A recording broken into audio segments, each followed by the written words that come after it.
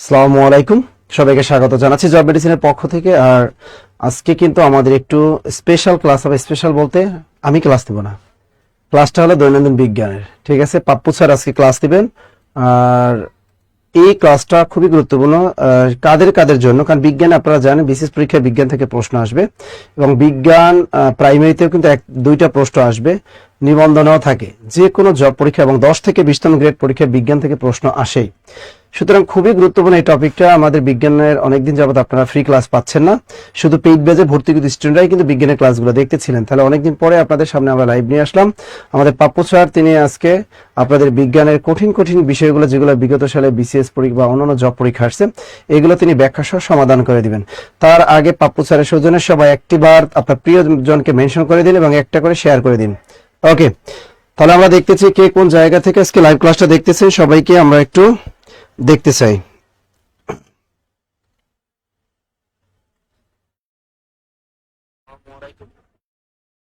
কে কোন জায়গা থেকে আছেন একটু কমেন্টের মাধ্যমে জানিয়ে দিবেন, কারণ আজকে আমরা বিজ্ঞানের উপরে ক্লাস করব। এবং বিজ্ঞান যাদের কাছে কঠিন লাগে, বিশেষ করে যারা আমরা সায়েন্স ব্যাকগ্রাউন্ড না, যারা আর্টস কমার্স ব্যাকগ্রাউন্ড, তাদের কিন্তু সায়েন্স একটু কঠিনই লাগে। তো এই কঠিন জিনিসটা কিভাবে সহজভাবে এমসিকিউ করা যায়, চারটা মানে অপশন দেখে কিভাবে উত্তর নির্ণয় করা যায়, এই সম্পর্কে ব্যাখ্যা সহ স্যার কিন্তু সমাধান করে দিবেন। তো দেখি আপনারা কে কোন জায়গা থেকে। আমাদের মোহাম্মদ আলফাজ আহমেদ আছেন, আমাদের নাজিয়া আছেন আমাদের সাথে, আকাশ আছেন আমাদের সাথে, মোহন চৌধুরী এবং উম্মে কুলসুম শিমু আছেন আমাদের সাথে, সোনালী সকাল, এম কে জান্নাতি, উম্মে কুলসুম শিমু। আরো কে আছেন দেখি, আরো কে আছেন একটু কমেন্ট করে জানান। স্যার এখানে কিন্তু আমাদের কমেন্ট গুলা স্যার উঠতেছে। ঠিক আছে, আপনার যদি বেশি গরম লাগে, আমার কিন্তু গরম লাগতেছে, কারণ শীতের দিনটা মনে হয় চলেই গেছে আসলে, মানে প্রচুর পরিমাণে গরম লাগতেছে। যাই হোক, 10 থেকে 20তম গ্রেডে এডমিশন আছি কুষ্টিয়া থেকে, কিশোরগঞ্জ জেলা, করিমগঞ্জ থেকে, উপজেলা থেকে আছি। আমাদের খালেদ আক্তার আছেন আমাদের সাথে, নাসরিন সুলতানা নীলা আছেন আমাদের সাথে, দ্রুত জান্নাত আছেন আমাদের বগুড়া থেকে, এবং শাহিন আলম আছেন আমাদের সাথে, সুমন আক্তার। কে কটা শেয়ার করলেন এটা একটু দেন, কে তো শেয়ারই করেন না। আপনারা তো অকৃতজ্ঞ কেন কন্ত, শেয়ার করেন না কেন? এই যে ফ্রি ক্লাস দেখেন, সকাল দুপুর বিকাল কোনো টাইম নেই, কন্টিনিউ খালি দেখতেছেন। তাহলে এত মনে করেন যে একটু যদি শেয়ার চাই, আর তো কিছু টাকা পয়সা চাই না তো। এই একটা ক্লাসের যে কি দাম, আমি সকালবেলা দেখেন বাংলা ক্লাস নিলাম কত সুন্দর, স্যার এখন পাপ্পু স্যার বিজ্ঞান ক্লাস দেবেন, তো টাকা লাগে তো, কিন্তু আপনার তো টাকা পয়সা নেই না, খালি ফ্রি। তো ফ্রি একটু শেয়ার করবেন না? দেখি আর কে আছেন দেখি তো। সুনামগঞ্জ থেকে আমাদের সুমন আক্তার, ফাতেমা মিম, বিনতে হাসান, তুম্পা কর্মকার, জেরিন সাদিকা আছেন আমাদের সাথে। গুড, একটু দেখি আর কে আছেন একটু দেখি। সাজ্জাদ হোসেন আছেন আমাদের সাথে, শেয়ার করলেন কয়টা? মাহবুবুল ইসলাম তিনি আমাদের বগুড়া থেকে আছেন, লামিয়া আক্তার তিনি ফরিদপুর থেকে আছেন, কাউসার আহমেদ। আর আমাদের সারা বাংলাদেশ অফলাইন শাখা আমাদের মিরপুর 10 ফলপট্টি সামাদ মেশন 4th তলা। এখানে এসে আপনি সারা বাংলাদেশ থেকে এসে এখানে আপনি সরাসরি আমাদের অফলাইনে ক্লাস করার সুযোগ পাবেন।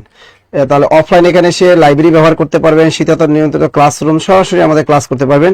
মিরপুর 10 ফলপট্টি সামাদ মেশন 4th তলা।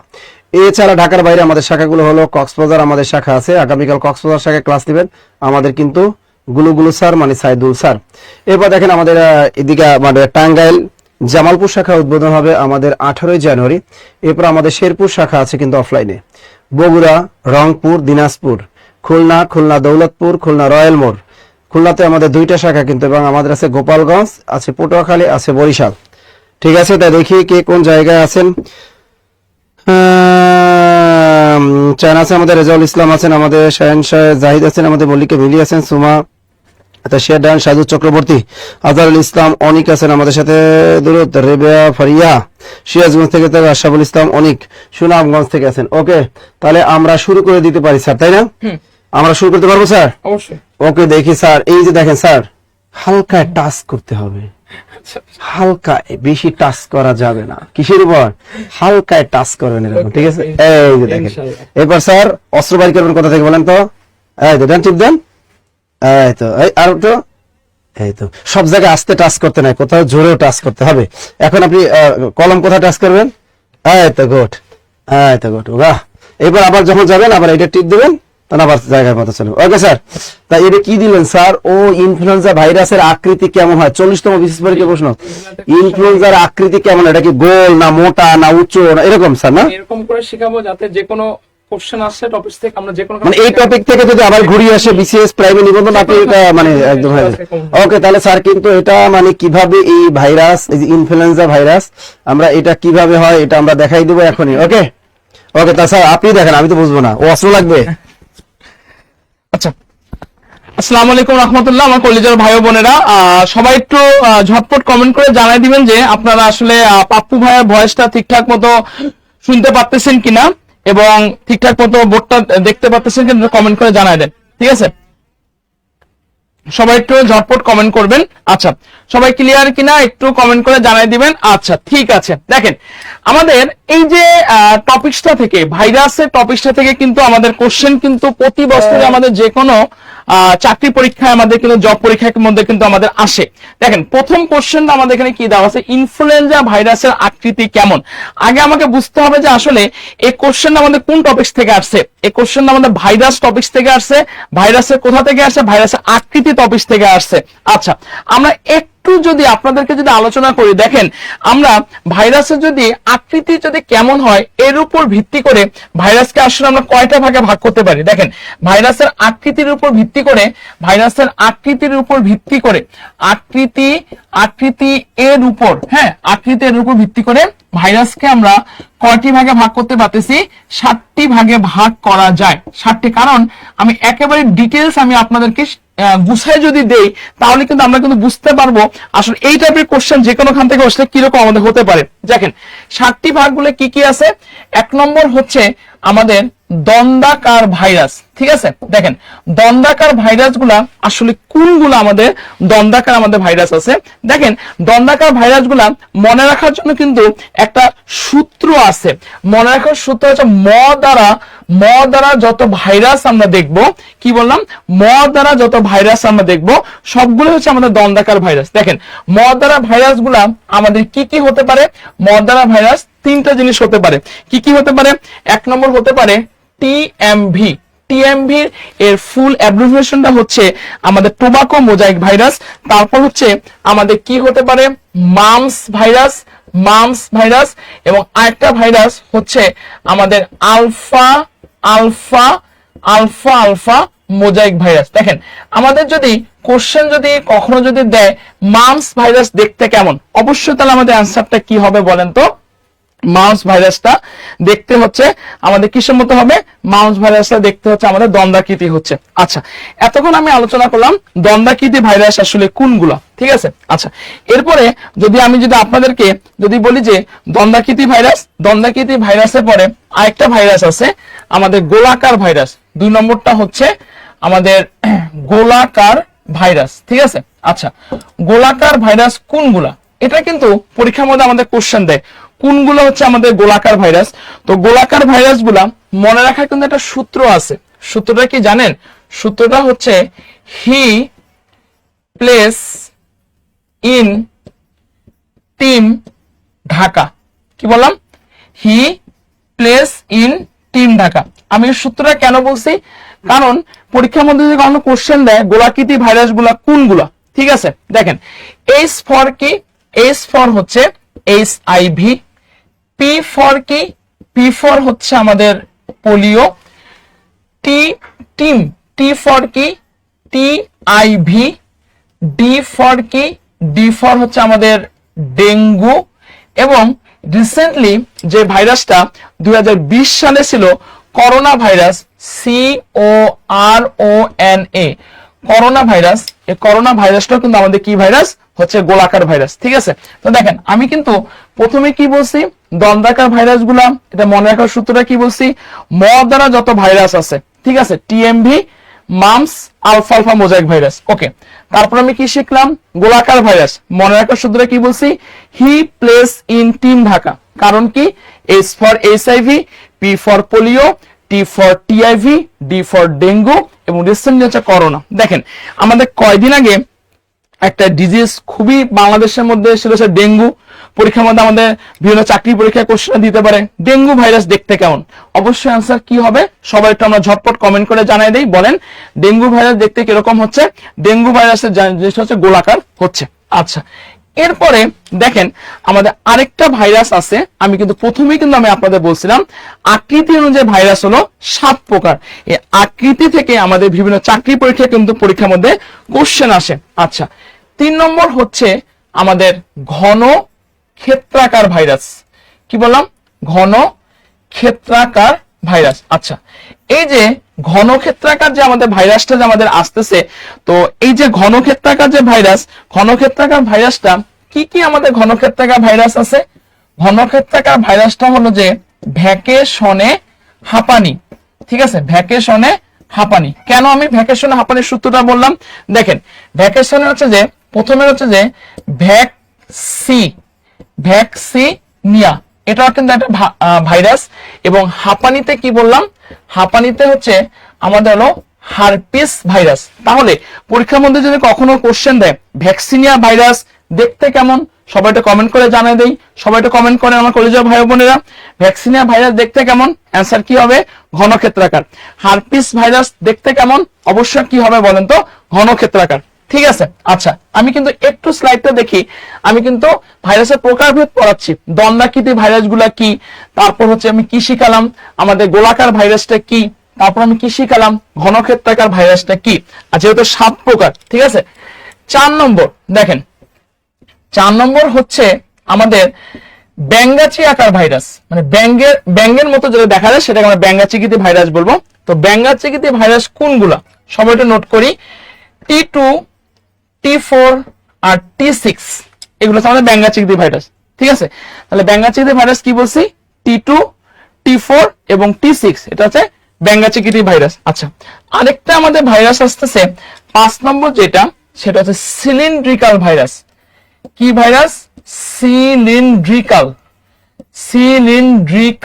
Cylindrical virus. আচ্ছা, পরীক্ষার মধ্যে কোশ্চেন দেয় কোন ভাইরাসটা দেখতে হলো সিলিন্ড্রিকাল, কোন ভাইরাসটা দেখতে সিলিন্ড্রিকাল। আচ্ছা, সিলিন্ড্রিকাল ভাইরাসটার মনে রাখার সূত্রটা হলো ইবলিস। কেন ইবলিস বললাম? মনে রাখার সূত্রটা কি বলছি? ইবলিস। কেন? রশ্মিতে কি ভাইরাস? Ebola virus. রশ্মিতে আমাদের কি ভাইরাস? Ebola virus. এবং দৈন্তার সাথে আমাদের কি ভাইরাস? দৈন্তার সাথে আমাদের হলো স্ট্রিক ভাইরাস। দেখেন, এই কোশ্চেনটা যদি পরীক্ষার মধ্যে কখনো দেয় ইবোলা ভাইরাস দেখতে কেমন, যদি পরীক্ষার মধ্যে কোশ্চেন দেয় সবাই এটা কমেন্ট করবো করে যাও ভাই বোনেরা। এবং সবাই, বেশি না মাত্র সবাই আমরা 2 জন করে ফ্রেন্ডকে একটু দ্রুত মেনশন করি, কারণ ক্লাসটা এতটা বেশি গুরুত্বপূর্ণ। আমরা একটা কোশ্চেন থেকে আমরা দেখবো যে সব যদি কোশ্চেন যদি সলভ করি, এই টাইপ থেকে যে কোনো কোশ্চেন ইনশাআল্লাহ যে কোনোখানে আমরা কোশ্চেন আমরা পড়তে পারবো। ঠিক আছে। আচ্ছা, দন্তের সাথে হচ্ছে কি ভাইরাস? আমাদের হচ্ছে স্ট্রিক ভাইরাস। ওকে, এরপরে দেখেন আমরা 6 নম্বর, যেটা 6 নম্বরটা কি ভাইরাস? 6 নম্বরটা হচ্ছে আমাদের ডিম্বাকার ভাইরাস। ডিম্বাকার ভাইরাস। পরীক্ষার মধ্যে কোশ্চেন দেয় কোন ভাইরাসটা দেখতে ডিম্বাকার, কোন ভাইরাসটা দেখতে ডিম্বাকার। অবশ্যই মাথায় রাখবেন ইনফ্লুয়েঞ্জা। কি বললাম? ইনফ্লুয়েঞ্জা। এই ভাইরাসটা দেখতে কিসের মতো? ইনফ্লুয়েঞ্জা ভাইরাসটা দেখতে হচ্ছে আমাদের ডিম্বাকার। তাই ডিম্বাকৃতি ভাইরাসটা কি বলেন তো? ইনফ্লুয়েঞ্জা ভাইরাস দেখতে হচ্ছে কিসের মতো? ডিম্বাকার মতো। আচ্ছা, যেহেতু 7টা প্রকৃতি বলছি, 7 নম্বরটা হচ্ছে আমাদের বুলেটাকৃতি ভাইরাস। কি ভাইরাস? বুলেটাকৃতি ভাইরাস, মানে যে ভাইরাসগুলো দেখতে বুলেটের মতো তাদেরকে আমরা বুলেটাকৃতি ভাইরাস বলবো। ঠিক আছে। এই বুলেটাকৃতি ভাইরাস কোনগুলা বলেন তো? র‍্যাবডোফর্ম ভাইরাস। কি ভাইরাস? র‍্যাবডোফর্ম ভাইরাস। আচ্ছা, ওকে, আমি একটু আপনাদেরকে রিকল করতেছি। দেখেন, ভাইরাসের আকৃতি অনুযায়ী ভাইরাসকে আমরা 7টা ভাগে ভাগ করতে পারি। প্রথমে আছে দণ্ডাকৃতি ভাইরাস। দণ্ডাকৃতি ভাইরাসের এক্সাম্পল গুলো অবশ্যই আমাদের খুব মনে রাখতে হবে। TMV, mumps, alpha mosaic virus. তারপর আমাদের কি আছে? গোলাকৃতি ভাইরাস। এটা মনে রাখার সূত্রটা কি বলছি? He plays in team Dhaka. HIV, polio, corona, TIV এবং ডেঙ্গু। এরপর আমাদের কোশ্চেন কি আসছে? ঘনক্ষেত্রাকার ভাইরাস। এটা মনে রাখার সূত্রটা কি বলছি? ভ্যাকেশনে হাঁপানি, ভ্যাকসিনিয়া, আর কি বলছি? Herpes virus. এরপর আমাদের ব্যাঙ্গাচিকিতি ভাইরাস। ব্যাঙ্গাচিকিতি ভাইরাস গুলো কি কি? T2, T4, T6, এটা হচ্ছে ব্যাঙ্গাচিকিতি ভাইরাস। এরপর আমি কি শিখেছি?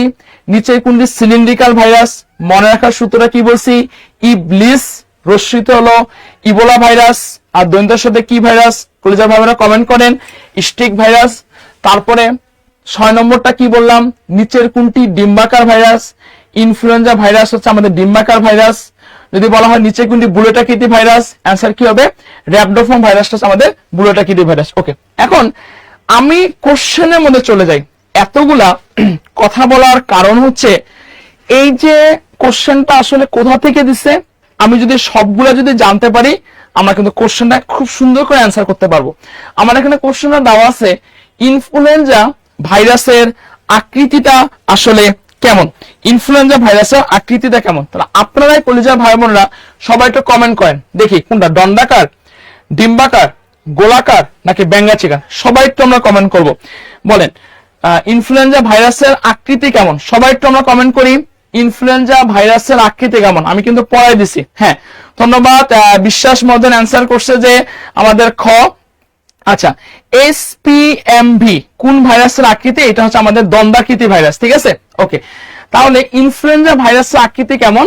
অবশ্যই এর অ্যান্সার হচ্ছে আমাদের কি বললাম, ইনফ্লুয়েঞ্জা ভাইরাস আকৃতি কেমন? ইনফ্লুয়েঞ্জা ভাইরাসের আকৃতি হচ্ছে আমাদের হলো ডিম্বাকার ভাইরাস। কি ভাইরাস বলছি? ডিম্বাকার ভাইরাস। ক্লিয়ার সবাই? ওকে, এরপর আমি পরের কোশ্চেনে চলে আসবো। দেখেন পরের কোশ্চেনে চলে আসবো, সবাই একটু আমার সাথে অ্যান্সার করবেন। পরের কোশ্চেনটা কি দিছি? পরের কোশ্চেনটা দেখেন কি কোশ্চেনটা আমাদের দেওয়া আছে এখানে। পরের কোশ্চেনটা আমাদের এখানে দেওয়া আছে কোনটি আমাদের ইমার্জিং ভাইরাস নয়। খুবই গুরুত্বপূর্ণ কোশ্চেন, কোনটি ইমার্জিং ভাইরাস নয়। আচ্ছা, কলেজা ভাই বোনেরা বেশি না, জাস্ট আপনারা মাত্র 3 জন করে সবাই একটু আমরা ফ্রেন্ডের মেনশন করি, কারণ ক্লাসটা অনেক বেশি গুরুত্বপূর্ণ এবং সবাই আমরা টাইমলাইনে ক্লাসে একটু কুইক করে শেয়ার দিয়ে দিই। কোশ্চেনটা আমাদের এখানে কি দেওয়া আছে? কোনটি ইমার্জিং ভাইরাস নয়। আচ্ছা, এটা কিন্তু খুবই একটা গুরুত্বপূর্ণ জিনিস। ইমার্জিং ভাইরাসটা আসলে কি এটা আমাকে আগে বুঝতে হবে। দেখেন কোশ্চেনটা কি বলছি, এখানে একটা বলা আছে ইমার্জিং ভাইরাস, ইমার্জিং ভাইরাস, ঠিক আছে। দেখেন এটা আসলে কি, এখানে যদি আমি একটু কথা বলতে চাই ইমার্জিং ভাইরাসটা আসলে কি। দেখেন এর বেসিক কথাটা হচ্ছে যে আমাদের ভাইরাসের পোষক ছিল পূর্বে ছিল একটা, কিন্তু বর্তমানে পোষক হয়ে গেছে আরেকটা। আচ্ছা, আপনারা কোশ্চেন করতে পারেন স্যার পোষক কি? ভাইরাসের জন্য পোষক কিন্তু মাস্ট বি অনেক বেশি গুরুত্বপূর্ণ, কারণ তার পোষক ছাড়া ভাইরাস কিন্তু বেঁচে থাকতে পারে না। তাহলে ভাইরাসের পোষক ছিল একটা, কিন্তু বর্তমানে পোষক হয়ে গেছে আরেকটা, সেটাকে আমি কি বলবো? Emerging virus. আচ্ছা, ইমার্জিং ভাইরাস কোনগুলা? এটা মনে রাখার সূত্রটা হচ্ছে হেন্স, HENS, হেন্স সি। সবাই একটু কমেন্ট করে জানাই দেই ইমার্জিং ভাইরাসের মনে রাখার সূত্রটা কি বলছি? Hens, HENS C, hens C. আচ্ছা, কেন হেন্স সি? এস ফর কি? HIV, E ফর কি? ইবোলা, N ফর কি? NIL, Nile, S for SARS, SARS, এবং C ফর করোনা। দেখেন আমি একটু যদি আপনাদেরকে কথা বলি, HIV এর বাহক ছিল কিন্তু ফার্স্টে ছিল বানর, কিন্তু বর্তমানে HIV বাহক কে হয়ে গেছে? বলেন তো করে যাবে, মানুষ হয়ে গেছে। এর মূল থিম হলো এটা হলো ইমার্জিং ভাইরাস। তাহলে ইমার্জিং ভাইরাস কোনগুলা আমাকে কিন্তু মনে রাখার জন্য টেকনিক অবলম্বন করতে হবে। সেই টেকনিকটা আমি কি শিখাই দিলাম? Hens C, HENS C. S for কি? HIV, E for Ebola, N for Nile, S for SARS এবং C ফর করোনা। ধন্যবাদ। খুব সুন্দর করে আপনারা মাশাআল্লাহ রেসপন্স, লতা পারভিন, সাবরিনা মমতাজ, সুধা, মহিষা, সবাই বেশি বেশি করে আমরা মাত্র সবাই মিলে যারাই ক্লাস করতেছে মাত্র 3 জন করে আমরা মেনশন করি এবং নিজের টাইমলাইনে ক্লাসটা একটু শেয়ার করে দিই। দেখেন কলেজের ভাই বোনেরা, এই কোশ্চেনটা কিন্তু আমাদের পরীক্ষার মধ্যে দেয়। সার্স, সার্স, সার্স, সার্স এটা ইমার্জিং ভাইরাস। সার্স এর পূর্ণ রূপ কি? একটু আপনাদের কাছে আমি রেসপন্স চাচ্ছি, বলেন সার্স এর পূর্ণ রূপ কি? এটা কিন্তু সার্কোনা হলো সার্স, SARS সার্স। ধন্যবাদ সাবরিনা মমতা সিনহাকে, ধন্যবাদ তুম্বা কমনা, খুব সুন্দর। সার্স এর পূর্ণরূপ কি দেখেন, সার্স এর পূর্ণরূপ হচ্ছে সেভার অ্যাকিউট, সেভার অ্যাকিউট রেসপাইরেটরি, সেভার অ্যাকিউট রেসপাইরেটরি সিনড্রোম, সেভার অ্যাকিউট রেসপাইরেটরি সিনড্রোম। এটা হলো সার্স এর পূর্ণরূপ। এই কোশ্চেনটা কিন্তু আমাদের একবার নন ক্যাডার জবে পরীক্ষার মধ্যে দিয়েছিল। সার্স এর পূর্ণরূপ কি? সার্স এর পূর্ণরূপ হচ্ছে সেভার, সবাই একটু আমরা কমেন্ট করে এটা লিখে দেই, বলেন সার্স এর পূর্ণরূপ কি? বলেন সার্স এর পূর্ণরূপ হচ্ছে যে সেভার অ্যাকিউট রেসপাইরেটরি সিনড্রোম। ওকে, তাহলে আমার এখানে কোশ্চেনটা পরিচয় ভাই বোনেরা কি দেওয়া আছে, কোনটি ইমার্জিং ভাইরাস নয়? তাহলে ইমার্জিং ভাইরাসটা মনে রাখার সূত্রটা আমি কি বলছিলাম, HENS আচ্ছা, HIV এটা একটা ইমার্জিং ভাইরাস, ইবোলা এটাও একটা ইমার্জিং ভাইরাস, নীল এটাও একটা ইমার্জিং ভাইরাস, কিন্তু ইনফ্লুয়েঞ্জা এটা কিন্তু আমাদের ইমার্জিং ভাইরাস নয়। তাহলে এই যে ইমার্জিং ভাইরাস থেকে যে কোনো কোশ্চেন যদি পরীক্ষার মধ্যে আমাদের আসে, তাহলে আমরা পারবো কি পারবো না, কলিজার ভাই বোনেরা আমরা একটু কমেন্টে জানাই দেই। এবং যারা এখন পর্যন্ত ক্লাসে জয়েন করে নেয়, আপনাদের দায়িত্ব হলো ফ্রেন্ডদেরকে ক্লাসে জয়েন করানো। মাত্র যারা ক্লাস করতেছে সবাই মাত্র দুজন করে ফ্রেন্ডদেরকে আমরা মেনশন করি। অনেকে খুব সুন্দর আপনি রেসপন্স করছেন, ধন্যবাদ তাসকিন ইসলাম সাবিতকে, তারপর হচ্ছে সুমাইয়া তানজিন তিথিকে, খুব সুন্দর আপনাদের রেসপন্স। ওকে, এরপর আমি পরের স্লাইডে চলে যাব। ঠিক আছে, দেখি পরের স্লাইডে আমাদের কি দেওয়া আছে, দেখি সংক্রমণ ক্ষমতাবিহীন ভাইরাসকে কি বলে? খুবই দামি একটা কোশ্চেন। এবং এই যে আমাদের যে ভিরিয়ন, নিউক্লিওক্যাপসিড, ভিরয়েডস, পিরিয়ন, এই জিনিসটা আসলে আমরা প্রায় সময় পরীক্ষার মধ্যে আমরা ভুল করি, আমরা আসলে বুঝি না কি হবে। একেবারে ইজি করে আমি আপনাদেরকে পানির মতো করে দিব। কঠিন সমস্যাকে পানির মতো করে দেওয়ার জন্য জব মেডিসিন আপনাদের সাথে আছে। দেখেন যে কথাটা এখানে বলা আছে, সংক্রমণ ক্ষমতাবিহীন ভাইরাসকে আসলে কি বলে? খুবই গুরুত্বপূর্ণ একটা কোশ্চেন, সবাই একটু আমরা কমেন্ট করার চেষ্টা করি। কোশ্চেনে কি দেওয়া আছে, সংক্রমণ ক্ষমতাবিহীন ভাইরাসকে আমরা কি বলি? দেখেন আমরা একটু যদি কথা বলি আপনাদেরকে, দেখেন প্রথমে যদি বলি সংক্রমণ ক্ষমতাবিহীন, আচ্ছা কেউ কি বলতে পারবেন ভাইরাস, ভাইরাস ভাইরাস ইকুয়াল কি? একটু আমরা সবাই কমেন্ট করে বলেন তো, ভাইরাস মানে কি? একটু আমাকে কমেন্ট করে জানিয়ে দিবেন, ঠিক আছে? বলেন, আমরা যদি বলি ভাইরাস, ভাইরাস মানে কি? সবাই একটু সবার কাছ থেকে কমেন্ট যাচ্ছে, ভাইরাস মানে কি?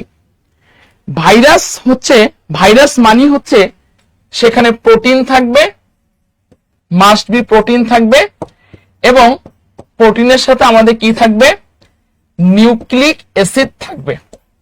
আচ্ছা, আমি কোশ্চেন করতে পারেন আপনারা কলিজা ভাই বোনেরা, স্যার নিউক্লিক অ্যাসিড কি? নিউক্লিক অ্যাসিড মানে হচ্ছে যে ডিএনএ এবং আরএনএ মিলেই হচ্ছে আমাদের nucleic acid.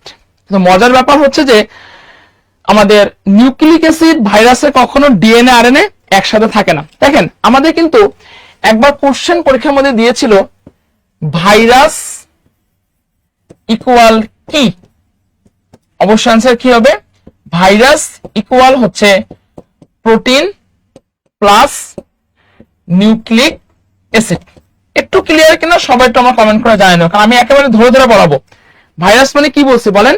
Protein plus nucleic acid. আচ্ছা, এখন দেখেন এই যে মানে সম্পূর্ণ যে ভাইরাস, সম্পূর্ণ ভাইরাস, হ্যাঁ সম্পূর্ণ ভাইরাস মানে হচ্ছে আমাদের প্রোটিন প্লাস নিউক্লিক। যদি কোনো একটা ভাইরাসে প্রোটিনও থাকে, নিউক্লিক অ্যাসিডও থাকে, সে ভাইরাসকে আমি হচ্ছে যে একটা সম্পূর্ণ ভাইরাস বলবো। এখন কথা হচ্ছে কলিজা ভাই বোনেরা, ভাইরাস মানে আমাদের চোখের সামনে ভেসে, হ্যাঁ সে সবকে খায়া দেয়, মেরে ফেলবে, সবকে ধ্বংস করে ফেলবে, ভাইরাস চোখের সামনে আসলে সেটা বুঝি, কিন্তু আসলে কিন্তু সেটা না। ব্যাপারটা হলো যে সম্পূর্ণ ভাইরাস কেউ কেউ রোগ সৃষ্টি করে, ক্লিয়ার? সম্পূর্ণ ভাইরাসে কেউ কি করতেছে? রোগ সৃষ্টি করে। আবার কেউ কিন্তু আমাদের রোগ সৃষ্টি করে না, কেউ রোগ সৃষ্টি করে, আবার কি করে, কেউ রোগ সৃষ্টি করে না। কলিজা ভাই বোনেরা, আমরা একটু শাহুন রহমান বলছি আসসালামু আলাইকুম। ওয়ালাইকুম আসসালাম। আমরা সবাই যারা যারা ক্লাস করতেছি, খুবই গুরুত্বপূর্ণ একটা ক্লাস চলতেছে, বেসিক নিয়ে পড়ানো হচ্ছে, একেবারে বেসিক নিয়ে, যাতে আপনাদের কখনো এই বিজ্ঞান থেকে যে কোনোখানে কোশ্চেন আসলে আপনারা না থাকেন। তো সবাই একটু আমরা টাইমলাইনের ক্লাসটা শেয়ার করি এবং ফ্রেন্ডদেরকে নিয়ে ক্লাসটা করার চেষ্টা করি। দ্রুত আমরা সবাই ফ্রেন্ডদেরকে নিয়ে মেনশন করি। ধন্যবাদ স্বপ্ন রহমান, স্বপ্ন বরন্ত সেন। ওকে, দেখেন তার মানে কি, ভাইরাস মানে হচ্ছে আমাদের চোখের সামনে ভেসে উঠবে, সে রোগ সৃষ্টি করবে, ব্যাপারটা কিন্তু সেটা না। কোন কোন সম্পূর্ণ ভাইরাস সে রোগ সৃষ্টি করতে পারে, আবার কোন কোন ভাইরাস রোগ সৃষ্টি করতে পারে না। তো যে ভাইরাসগুলা রোগ সৃষ্টি করে সে ভাইরাসগুলাকে আমি কি ভাইরাস বলবো? সংক্রামক ভাইরাস। আর যে ভাইরাসগুলা রোগ সৃষ্টি করে না, যে ভাইরাসগুলা রোগ সৃষ্টি করে না সে ভাইরাসগুলোকে আমি কি বলবো? অসংক্রামক ভাইরাস। এখন দেখেন কলিজার ভাই বোনেরা, পরীক্ষার মধ্যে কোশ্চেন দেয় সংক্রামক ভাইরাসকে, আমাদের বিভিন্ন জবের পরীক্ষার মধ্যে, বিসিএস এ, নন ক্যাডারে, প্রাইমারি পরীক্ষার মধ্যে কোশ্চেন দেয় সংক্রামক ভাইরাসকে কি বলে, অসংক্রামক ভাইরাসকে কি বলে। আমরা কিন্তু মুখস্থ করি, বাট মনে থাকে না। আমাদের বিজ্ঞান পাঠের বায়োলজি পাঠটা শুধুমাত্র মুখস্থ করলে কিন্তু হবে না, বুঝতে হবে। দেখেন সংক্রামক ভাইরাসকে কি বলে আর অসংক্রামক ভাইরাসকে কি বলে। দেখেন করে যা ভাই বোনেরা, বলে না হি ইজ অন ফায়ার। আপনাদেরকে কেউ যদি দেখা গেল যে বলে এই কিরে পড়াশোনা করিস না কেন, পড়াশোনা করো না, আপনাকে চাকরি বাকরি কিছু হবে না, বলে একদম ধুমায় পড়াশোনা করতেছেন, I am on fire, I am on fire. ঠিক আছে, তার মানে দেখেন যে সংক্রামক গুলা ভাইরাসটা রোগ সৃষ্টি করে তাকে আমি কি বলবো? ভিরি অন বলবো। যে কথা অন, অন মানে কি? অন ফায়ার, ভিরি অন বলবো। আর যে ভাইরাসগুলা রোগ সৃষ্টি করে না, যে ভাইরাসগুলা রোগ সৃষ্টি করে না তাকে আমি কি বলবো? তাকে আমি হচ্ছে নিউক্লিয় ক্যাপসিড বলবো। কি বলবো? নিউক্লিয় ক্যাপসিড বলতো। কলিজার ভাই বোনেরা, আমাকে যদি পরীক্ষার মধ্যে কোশ্চেন দেয়, সবাই এই কোশ্চেনটা একটু আমি অ্যান্সার জানতে চাচ্ছি। অসংক্রামক, অসংক্রামক ভাইরাসকে কি বলে? দেখি কে সবাইকে অ্যান্সার করতে পারেন। অসংক্রামক ভাইরাসকে কি বলে? আমি সবার কাছ থেকে একটু অ্যান্সার জানতে চাচ্ছি, কারণ এই কোশ্চেনটা আমার পরীক্ষার মধ্যে আমাদের দিয়েছিল। কলেজের ভাই বোনেরা এই কোশ্চেনটা অ্যান্সার করেন। অসংক্রামক ভাইরাসকে কি বলে? দেখি কে সবার আগে আপনারা অ্যান্সার করতে পারেন। বলেন অসংক্রামক ভাইরাসকে কি বলে? হ্যাঁ, ভাবনা ইসলাম, আমি আছি টাঙ্গাইল থেকে, সবাই একটু কমেন্ট জানতে চাচ্ছি। অসংক্রামক মানে যে ভাইরাসটা রোগ সৃষ্টি করে না সে ভাইরাসকে আসলে কি বলে? আমি সবার কাছ থেকে একটু কমেন্ট জানতে চাচ্ছি। দেখেন আমি কিন্তু এখানে লিখে দিয়েছি, অসংক্রামক ভাইরাসকে আমরা কি বলতেছি বলেন? অসংক্রামক ভাইরাসকে আমরা কি বলতেছি? অসংক্রামক ভাইরাসকে আমি বলবো হচ্ছে নিউক্লিয় ক্যাপসিড বলবো। অসংক্রামক ভাইরাসকে আমি কি বলবো? নিউক্লিয় ক্যাপসিড বলবো। ধন্যবাদ। বিশ্বাস, সোনা সোনা সবার আগে অ্যান্সার করছে নিউক্লিয় ক্যাপসিড। মাবসুদুল সাইফিরিন ধন্যবাদ, ধন্যবাদ। আব্দুল সোফান সর্দার খুব সুন্দর। কামরুল হাসান রাফি, ওকে, তাহলে কি আমরা ধন্যবাদ, খুব সুন্দর। নিউক্লিয়াস, নিউক্লিয়াস নিউক্লিয় ক্যাপসিড।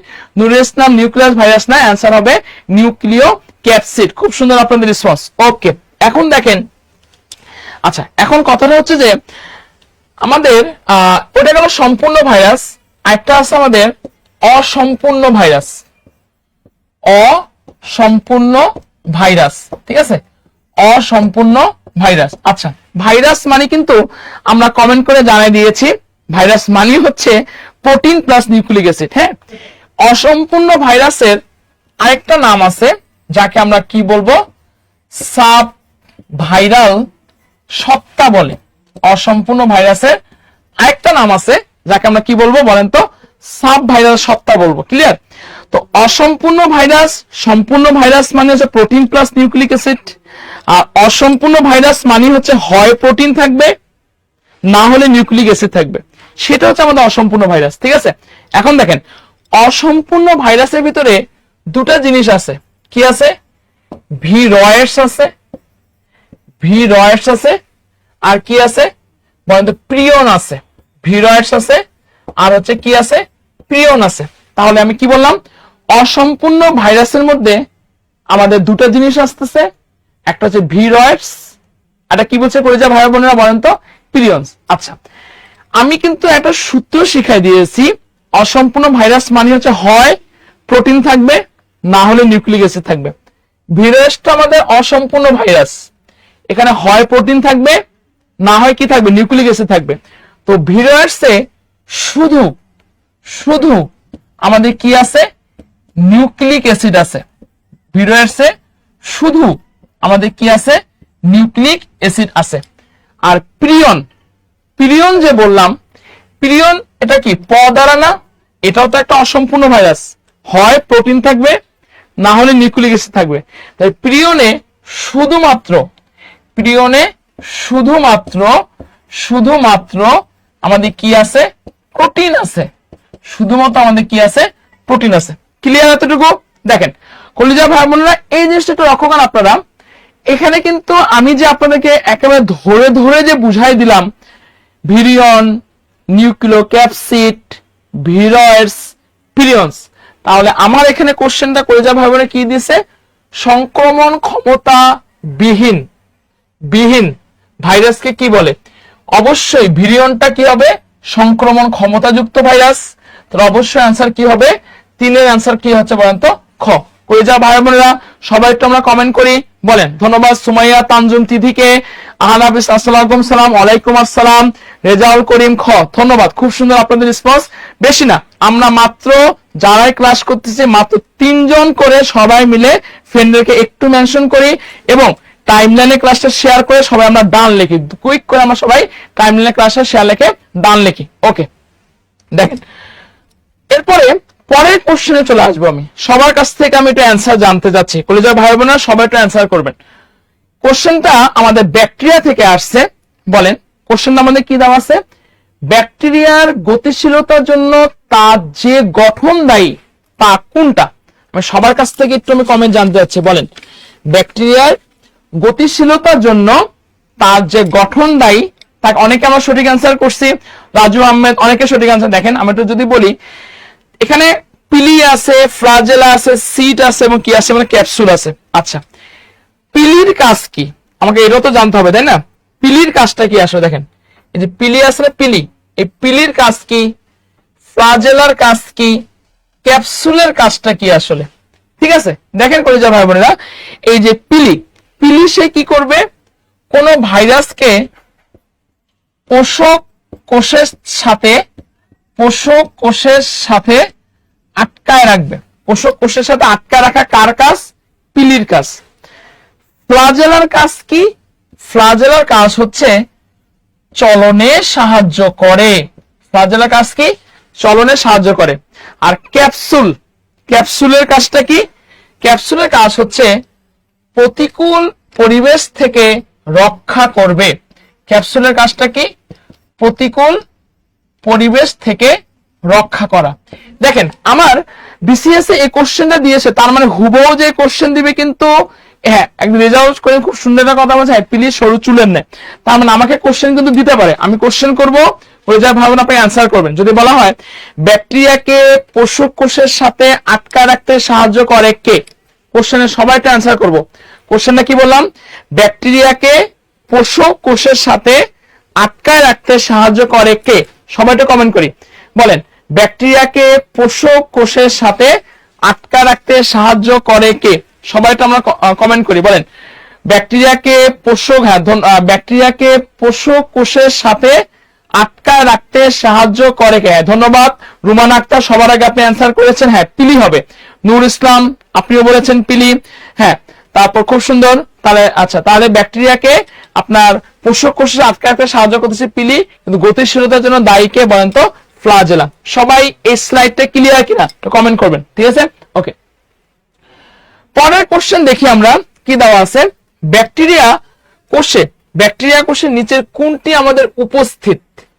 কোশ্চেনে কি দেওয়া আছে, ব্যাকটেরিয়া কোষে নিচের কোনটি আমাদের উপস্থিত? আচ্ছা, এর আগে আমাকে একটা বেসিক জিনিস আপনাকে বুঝতে হবে, আমাদের এখানে কি আছে ভাই? প্লাস্টিড আছে, মাইটোকন্ড্রিয়া আছে, নিউক্লিয়াস আছে এবং ক্রোমাটিন বস্তু আছে। ব্যাকটেরিয়া এমন একটা অঙ্গাণু যেখানে সাইটোপ্লাজমে আমরা জানি যে সাইটোপ্লাজম আছে, কোষের সাইটোপ্লাজম, এবং এই কোষের সাইটোপ্লাজমের মধ্যে আমাদের কিন্তু বিভিন্ন ধরনের অঙ্গাণুগুলো থাকে। সেখানে প্লাস্টিড থাকে, সেখানে মাইটোকন্ড্রিয়া থাকে, সেখানে নিউক্লিয়াস থাকে। ঠিক আছে, তো কোশ্চেনের নাম আছে ব্যাকটেরিয়া কোষে নিচের কোনটি উপস্থিত? খুবই গুরুত্বপূর্ণ কোশ্চেন। ব্যাকটেরিয়া কোষে কোনটি আমাদের উপস্থিত? সবাই আমরা কমেন্ট করি, ব্যাকটেরিয়া কোষে কোনটি উপস্থিত? দেখেন, ব্যাকটেরিয়া কোষে আমাদের প্লাস্টিড কিন্তু কখনোই আমাদের ব্যাকটেরিয়া কোষে থাকে না। ব্যাকটেরিয়া কোষে মাইটোকন্ড্রিয়াও থাকে না, ব্যাকটেরিয়া কোষে নিউক্লিয়াসও থাকে না।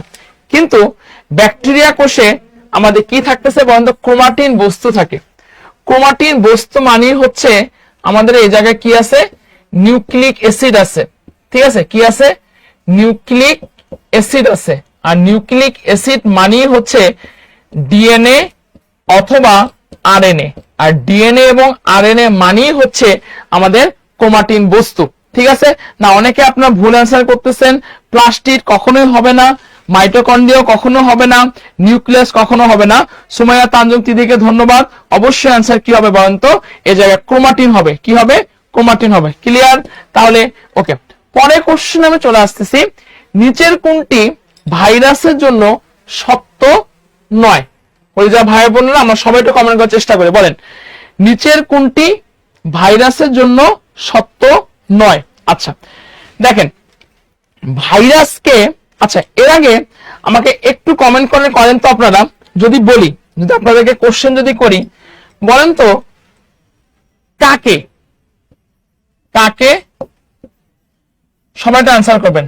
জীব ও জ্বরের যোগসূত্র বলে? কাকে জীব ও জ্বরের যোগসূত্র বলে? আমি সবার কাছ থেকে একটু কোশ্চেন আনসারটা জানতে চাচ্ছি।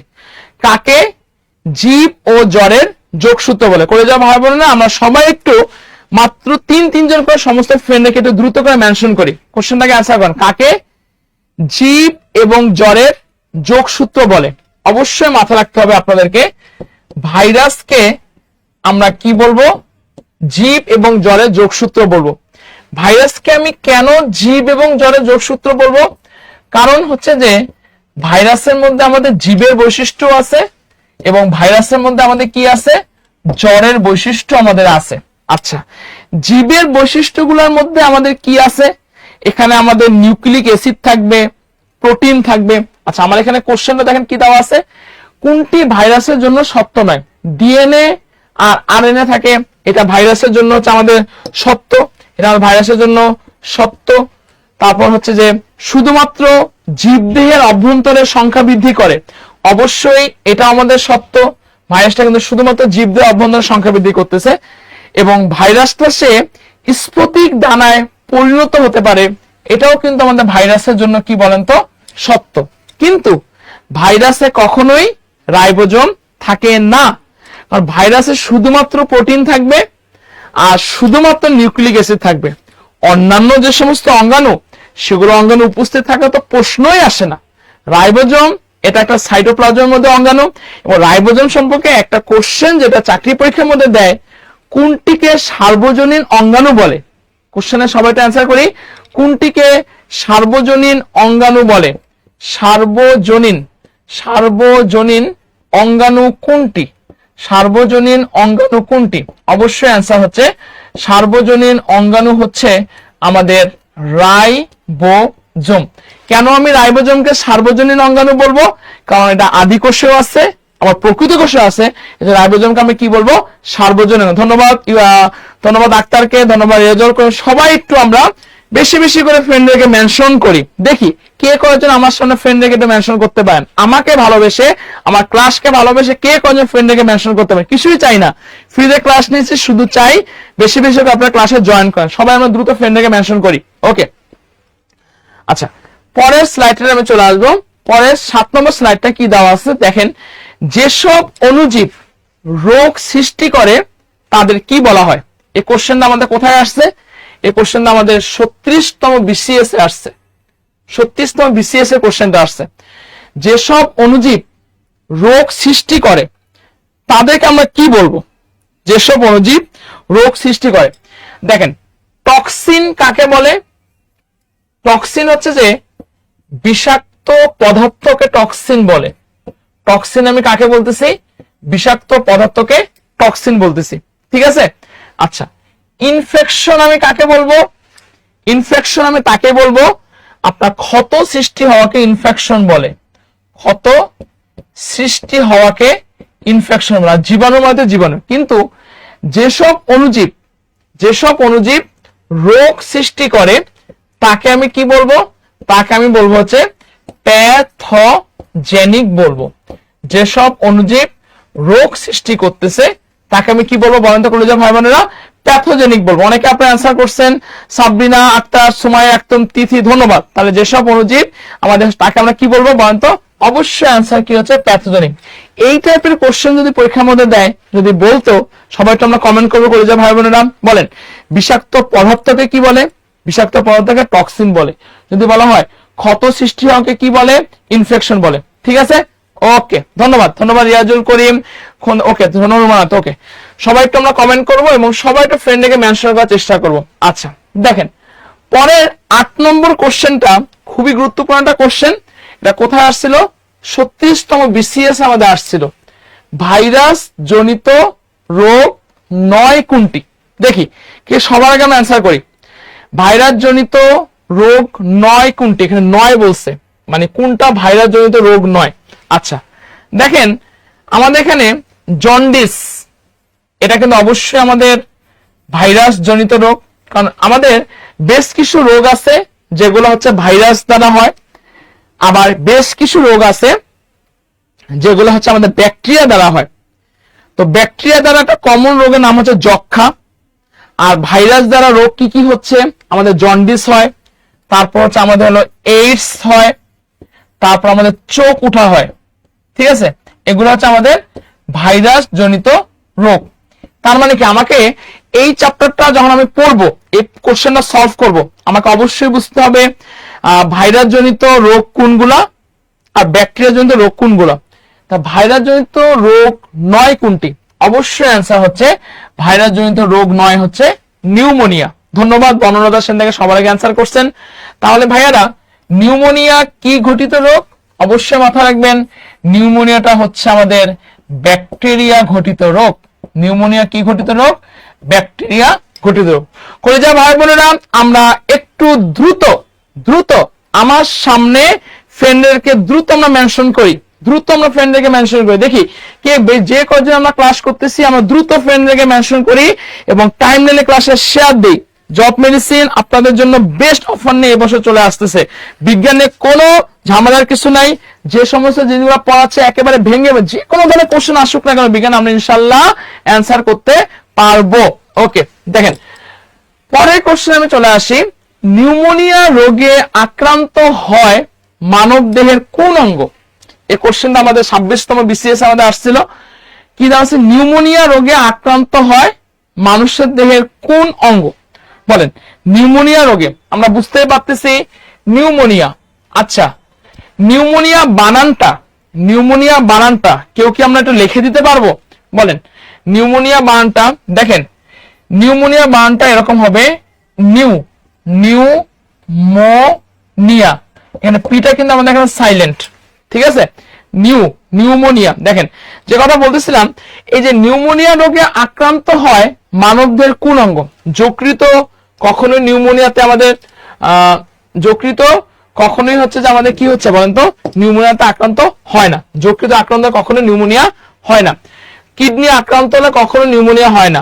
পিলিয়া আক্রান্ত হলে কখনো নিউমোনিয়া হয় না। নিউমোনিয়া রোগে আক্রান্ত হয় মানুষদের কোন অঙ্গ? অনেকে সবার আগে অ্যান্সার করছেন। এম এস সামাদ, মৌসুমী পাল, নাজরিন নাহার, নীল, খুব সুন্দর, মাশাআল্লাহ। দিশাহীন যাত্রী। তারপর অবশ্যই আমরা নিউমোনিয়া রোগে আক্রান্ত হয় মানুষের কোন অঙ্গ? ফুসফুস। আচ্ছা, ফুসফুস যেহেতু বললাম, একটু অ্যান্সার করেন তো মানব দেহের, সবাই অ্যান্সার করবেন, হ্যাঁ, মানব দেহের। আচ্ছা, আমি লিখে দিচ্ছি, সবাইটা অ্যান্সার করি, আমরা সবাই একটা কোশ্চেন অ্যান্সার করবো। হ্যাঁ, কোশ্চেনটা হচ্ছে, বলেন সবাই অ্যান্সার করব, মানব দেহের প্রধান শ্বসন অঙ্গ কোনটি? সবাই একটা অ্যান্সার করবো, ওই যে ভাই বোনেরা সবাই অ্যান্সার করবো। বলেন কোশ্চেনটা কি দিছি? এই কোশ্চেনটা কিন্তু পরীক্ষা আমাদের দেয়। কারণ আমি যখন কোশ্চেন সলভ করে নেবো, এটাই কোশ্চেন শুধু দাঁড়ায় দিব না, একটা কোশ্চেনের সাথে একটা কোশ্চেন রিলেটেড, এভাবে পড়লে কিন্তু আমরা বিজ্ঞানে ভালো করতে পারবো, আদার্স পারবো না। দেখেন মানব দেহের প্রধান শ্বসন অঙ্গ কোনটি? আমি সবাইকে ধন্যবাদ, আলিফা পিতে সবার আগে অ্যান্সার করছেন। মানব দেহের প্রধান শ্বসন অঙ্গ হচ্ছে আমাদের ফুসফুস। মানব দেহের প্রধান শ্বসন অঙ্গ কি বলছি বলেন তো? ফুসফুস। খুবই একটা দামি কথা, মানব দেহের প্রধান শ্বসন অঙ্গ কি বলছি? ফুসফুস। আচ্ছা আরেকটা কোশ্চেন অ্যান্সার করেন, বলেন তো ফুসফুসের আবরণীকে কি বলে? এই কোশ্চেনটা কিন্তু আমাদের চাকরি পরীক্ষা, ফুসফুসের আবরণীকে নন কাটা যাবে, আসলে আবরণীকে কি বলে? সবার কাছ থেকে অ্যান্সার জানতে চাচ্ছি, বলেন ফুসফুসের আবরণীকে কি বলে? ধন্যবাদ। নিঝুম অ্যান্সার করেন। ত্বক কেন ভাইয়া? ফুসফুসের আবরণীকে কি বলে? সবাই এটা অ্যান্সার করি যা ভাই বোনেরা। আপনারা জাস্ট শুধু ক্লাসটা করবেন, ফ্রি ক্লাসগুলো করবেন, কিছু না, জাস্ট আপনারা যদি জব মেডিসিনকে ভালোবেসে থাকেন, আপনারা যদি আমাকে ভালোবেসে থাকেন, আমার ক্লাসকে ভালোবেসে থাকেন, সবাই একটু ফ্রেন্ডকে দ্রুত আমরা মেনশন করবো, ক্লাসটা শেয়ার দিব, দ্রুত আমরা ফ্রেন্ডে মেনশন দেবো। আমার কোশ্চেন দিচ্ছে হলো ফুসফুসের আবরণীকে কি বলে? সবাই একটু অ্যান্সার করবো। তামান্নাম সে অ্যান্সার করছে, সাজু, স্মৃতি, ঘটক, ধন্যবাদ যে বাতা আছে সবাই আমরা কমেন্ট করি দেখি। প্লিউরা বলে, হ্যাঁ ফুসফুসের আবরণীকে আমরা কি বলবো? প্লিউরা বলবো। ফুসফুসের আবরণীকে আমরা কি বলবো বলেন তো? প্লিউরা।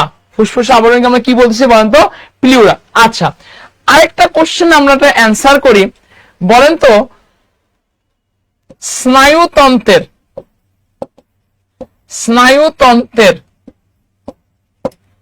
গঠন ও কার্যকরী একক কি? সবাই একটা অ্যান্সার করে যাবো আপনারা। স্নায়ুতন্ত্রের গঠন ও কার্যকরী একক কি? বলেন সবাই একটা অ্যান্সার করে দেখি কে অ্যান্সার করতে পারেন। বলেন খুবই গুরুত্বপূর্ণ কোশ্চেন। আমি ইনশাল্লাহ আজকে ক্লাসটা করলে বিজ্ঞান থেকে আপনারা বেশ ভালো মার্কস আপনারা কমন পাবেন, যে কোনো বিসিএস নন কাটা যে কোনোখানে পরীক্ষার মধ্যে আপনারা কমন পাবেন, ঠিক আছে? কোশ্চেন অ্যান্সার করেন। স্নায়ুতন্ত্রের গঠন, সবাই একটু আমরা অ্যান্সার করব। বলেন স্নায়ুতন্ত্রের গঠন ও কার্যকরী একক। ধন্যবাদ সাজু চক্রবর্তীকে, ফাইমাত আছে মিষ্টিকে ধন্যবাদ। স্নায়ুতন্ত্রের গঠন এবং কার্যকরী একককে আমরা কি বলবো? নিউরন বলবো। স্নায়ুতন্ত্রের গঠন এবং কার্যকরী একক আমরা কি বলতেছি বলেন তো? নিউরন বলতেছি। আচ্ছা আরেকটা কোশ্চেন আপনারা অ্যান্সার করেন তো, বলেন তো বৃক্কের গঠন ও কার্যকরী, আমি বারবার বলতেছি আজকের ক্লাসটা করলে বিজ্ঞান থেকে যে কোনো ক্ষণ আমরা কমন পাবো। বলেন বৃক্কের গঠন ও কার্যকরী একক কি? বলেন দেখি কে সবার আগে অ্যান্সার করতে পারেন। বৃক্কের গঠন ও কার্যকরী একক কি? দেখি আমি সবার কাছ থেকে কোশ্চেন, হ্যাঁ এই ধরনের কোশ্চেন, এই জন্যই তো বলছি আজকের ক্লাসটা করলে শুধু বিসিএস না, নন ক্যাডার জব, প্রাইমারিতে আমরা কোশ্চেন কমন পাবোই। তাই সবাই একটু বলেন বৃক্কের গঠন ও কার্যকরী একক কি? কিডনি না, হ্যাঁ অনেকে অ্যান্সার করতেছে নেফ্রন, স্মৃতি, ঘটক, খুব সুন্দর মাশাআল্লাহ, সবাই আমরা কমেন্ট করি। বলেন বৃক্কের গঠন এবং কার্যকরী একক কি? হ্যাঁ অবশ্যই মাথা রাখবেন, বৃক্কের গঠন এবং কার্যকরী একক হচ্ছে নেফ্রন। এই দুটো জিনিস কিন্তু আমরা ভুল করি।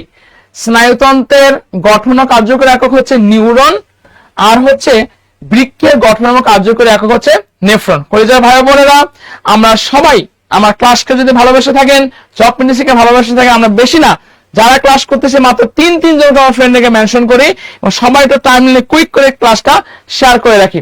ওকে দেখেন এখন যেটা আমি বলতেছিলাম, পরের স্লাইডে আমি চলে আসি।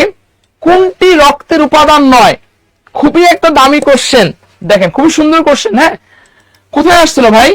মহা হিসাব নিরীক্ষক ও নিয়ন্ত্রকের কার্যালয়ের অডিটর 22-এ আসছিল। কোনটি রক্তের উপাদান নয়? রক্তচক্র থেকে আসছিল। আমাদের জব মার্কেটে এই সায়েন্সের রক্ত থেকে কোশ্চেন কিন্তু আমাদের আসে। হ্যাঁ রক্ত থেকে আমাদের কোশ্চেন, একটু আমি আপনাদেরকে ডিটেলসে জানাতে যাচ্ছি। দেখেন কলেজের ভাই বোনেরা যারা এখন পর্যন্ত ক্লাসে জয়েন করেননি, অতি দ্রুত আমরা ক্লাসে জয়েন করে ফেলি। আচ্ছা রক্ত কি নিয়ে আলোচনা করবো বলেন তো ভাই? রক্ত নিয়ে আলোচনা করব। আচ্ছা রক্ত নিয়ে যদি আলোচনা করি, দেখেন সবাই, রক্তের উপাদান হচ্ছে দুইটা। রক্তের উপাদান কয়টা? দুটা। কি কি আছে? একটা আছে হচ্ছে আমাদের রক্তরস, যাকে আমরা ইংরেজিতে কি বলি? প্লাজমা বলি, রক্তরস বা প্লাজমা। এবং আমাদের একটা কি আছে কলিজার ভাই বোনেরা, সবাই একটু ফ্রেন্ডকে মেনশন করি, কি আছে বলেন তো? রক্ত কণিকা আছে, ঠিক আছে? তাহলে রক্তের উপাদান কয়টা? সবাই একটু কমেন্ট করি, কলিজার ভাই বোনেরা সবাই কমেন্ট করো, বলেন রক্তের উপাদান কয়টা? রক্তের উপাদান দুইটা, একটা হচ্ছে রক্তরস বা প্লাজমা, একটা হচ্ছে কি বলেন তো? রক্তকণিকা। এখন বিভিন্ন জব পরীক্ষায় কিন্তু এই পার্সেন্টেজ গুলা পরিমাণ কতটুকু পরীক্ষার মধ্যে দেয়। কেউ কি বলতে পারবেন রক্তরসের পরিমাণ কত পার্সেন্ট আর রক্তকণিকার পরিমাণ কত পার্সেন্ট? আমি সবার কাছ থেকে একটু জানতে যাচ্ছি, বলেন রক্তরসের পরিমাণ কত পার্সেন্ট আর রক্তকণিকা? সবার কাছ থেকে আমি জানি, যে কজন ক্লাস করতেছেন আপনারা সবাই একটু কমেন্ট করেন, বলেন জানতে হবে, কারণ কমেন্ট করলে আপনারা সেটা আপনাদের পড়াটা ঝাড়াই হয়ে যাচ্ছে। সবাই কমেন্ট করে বলেন রক্তরসের পরিমাণ কত পার্সেন্ট আর রক্তকণিকার পরিমাণ কত পার্সেন্ট? আমি একটু বলে দিচ্ছি, দেখেন রক্তরসের পরিমাণ হচ্ছে 55%। ভুল হবে কি? আশা করি ভুল হবে না জীবনেও। রক্তরসের পরিমাণ কত পার্সেন্ট? 55%। আর রক্তকণিকা এর পরিমাণ কত পার্সেন্ট? 45%। আরেকটা কোশ্চেন কলিজার ভাই বোনেরা কোশ্চেন দেয়, বলেন তো প্লাজমা দেখতে কিরকম? সবাই একটু কমেন্ট করেন, প্লাজমা দেখতে কি রঙের আর রক্তকণিকা দেখতে কি রঙের?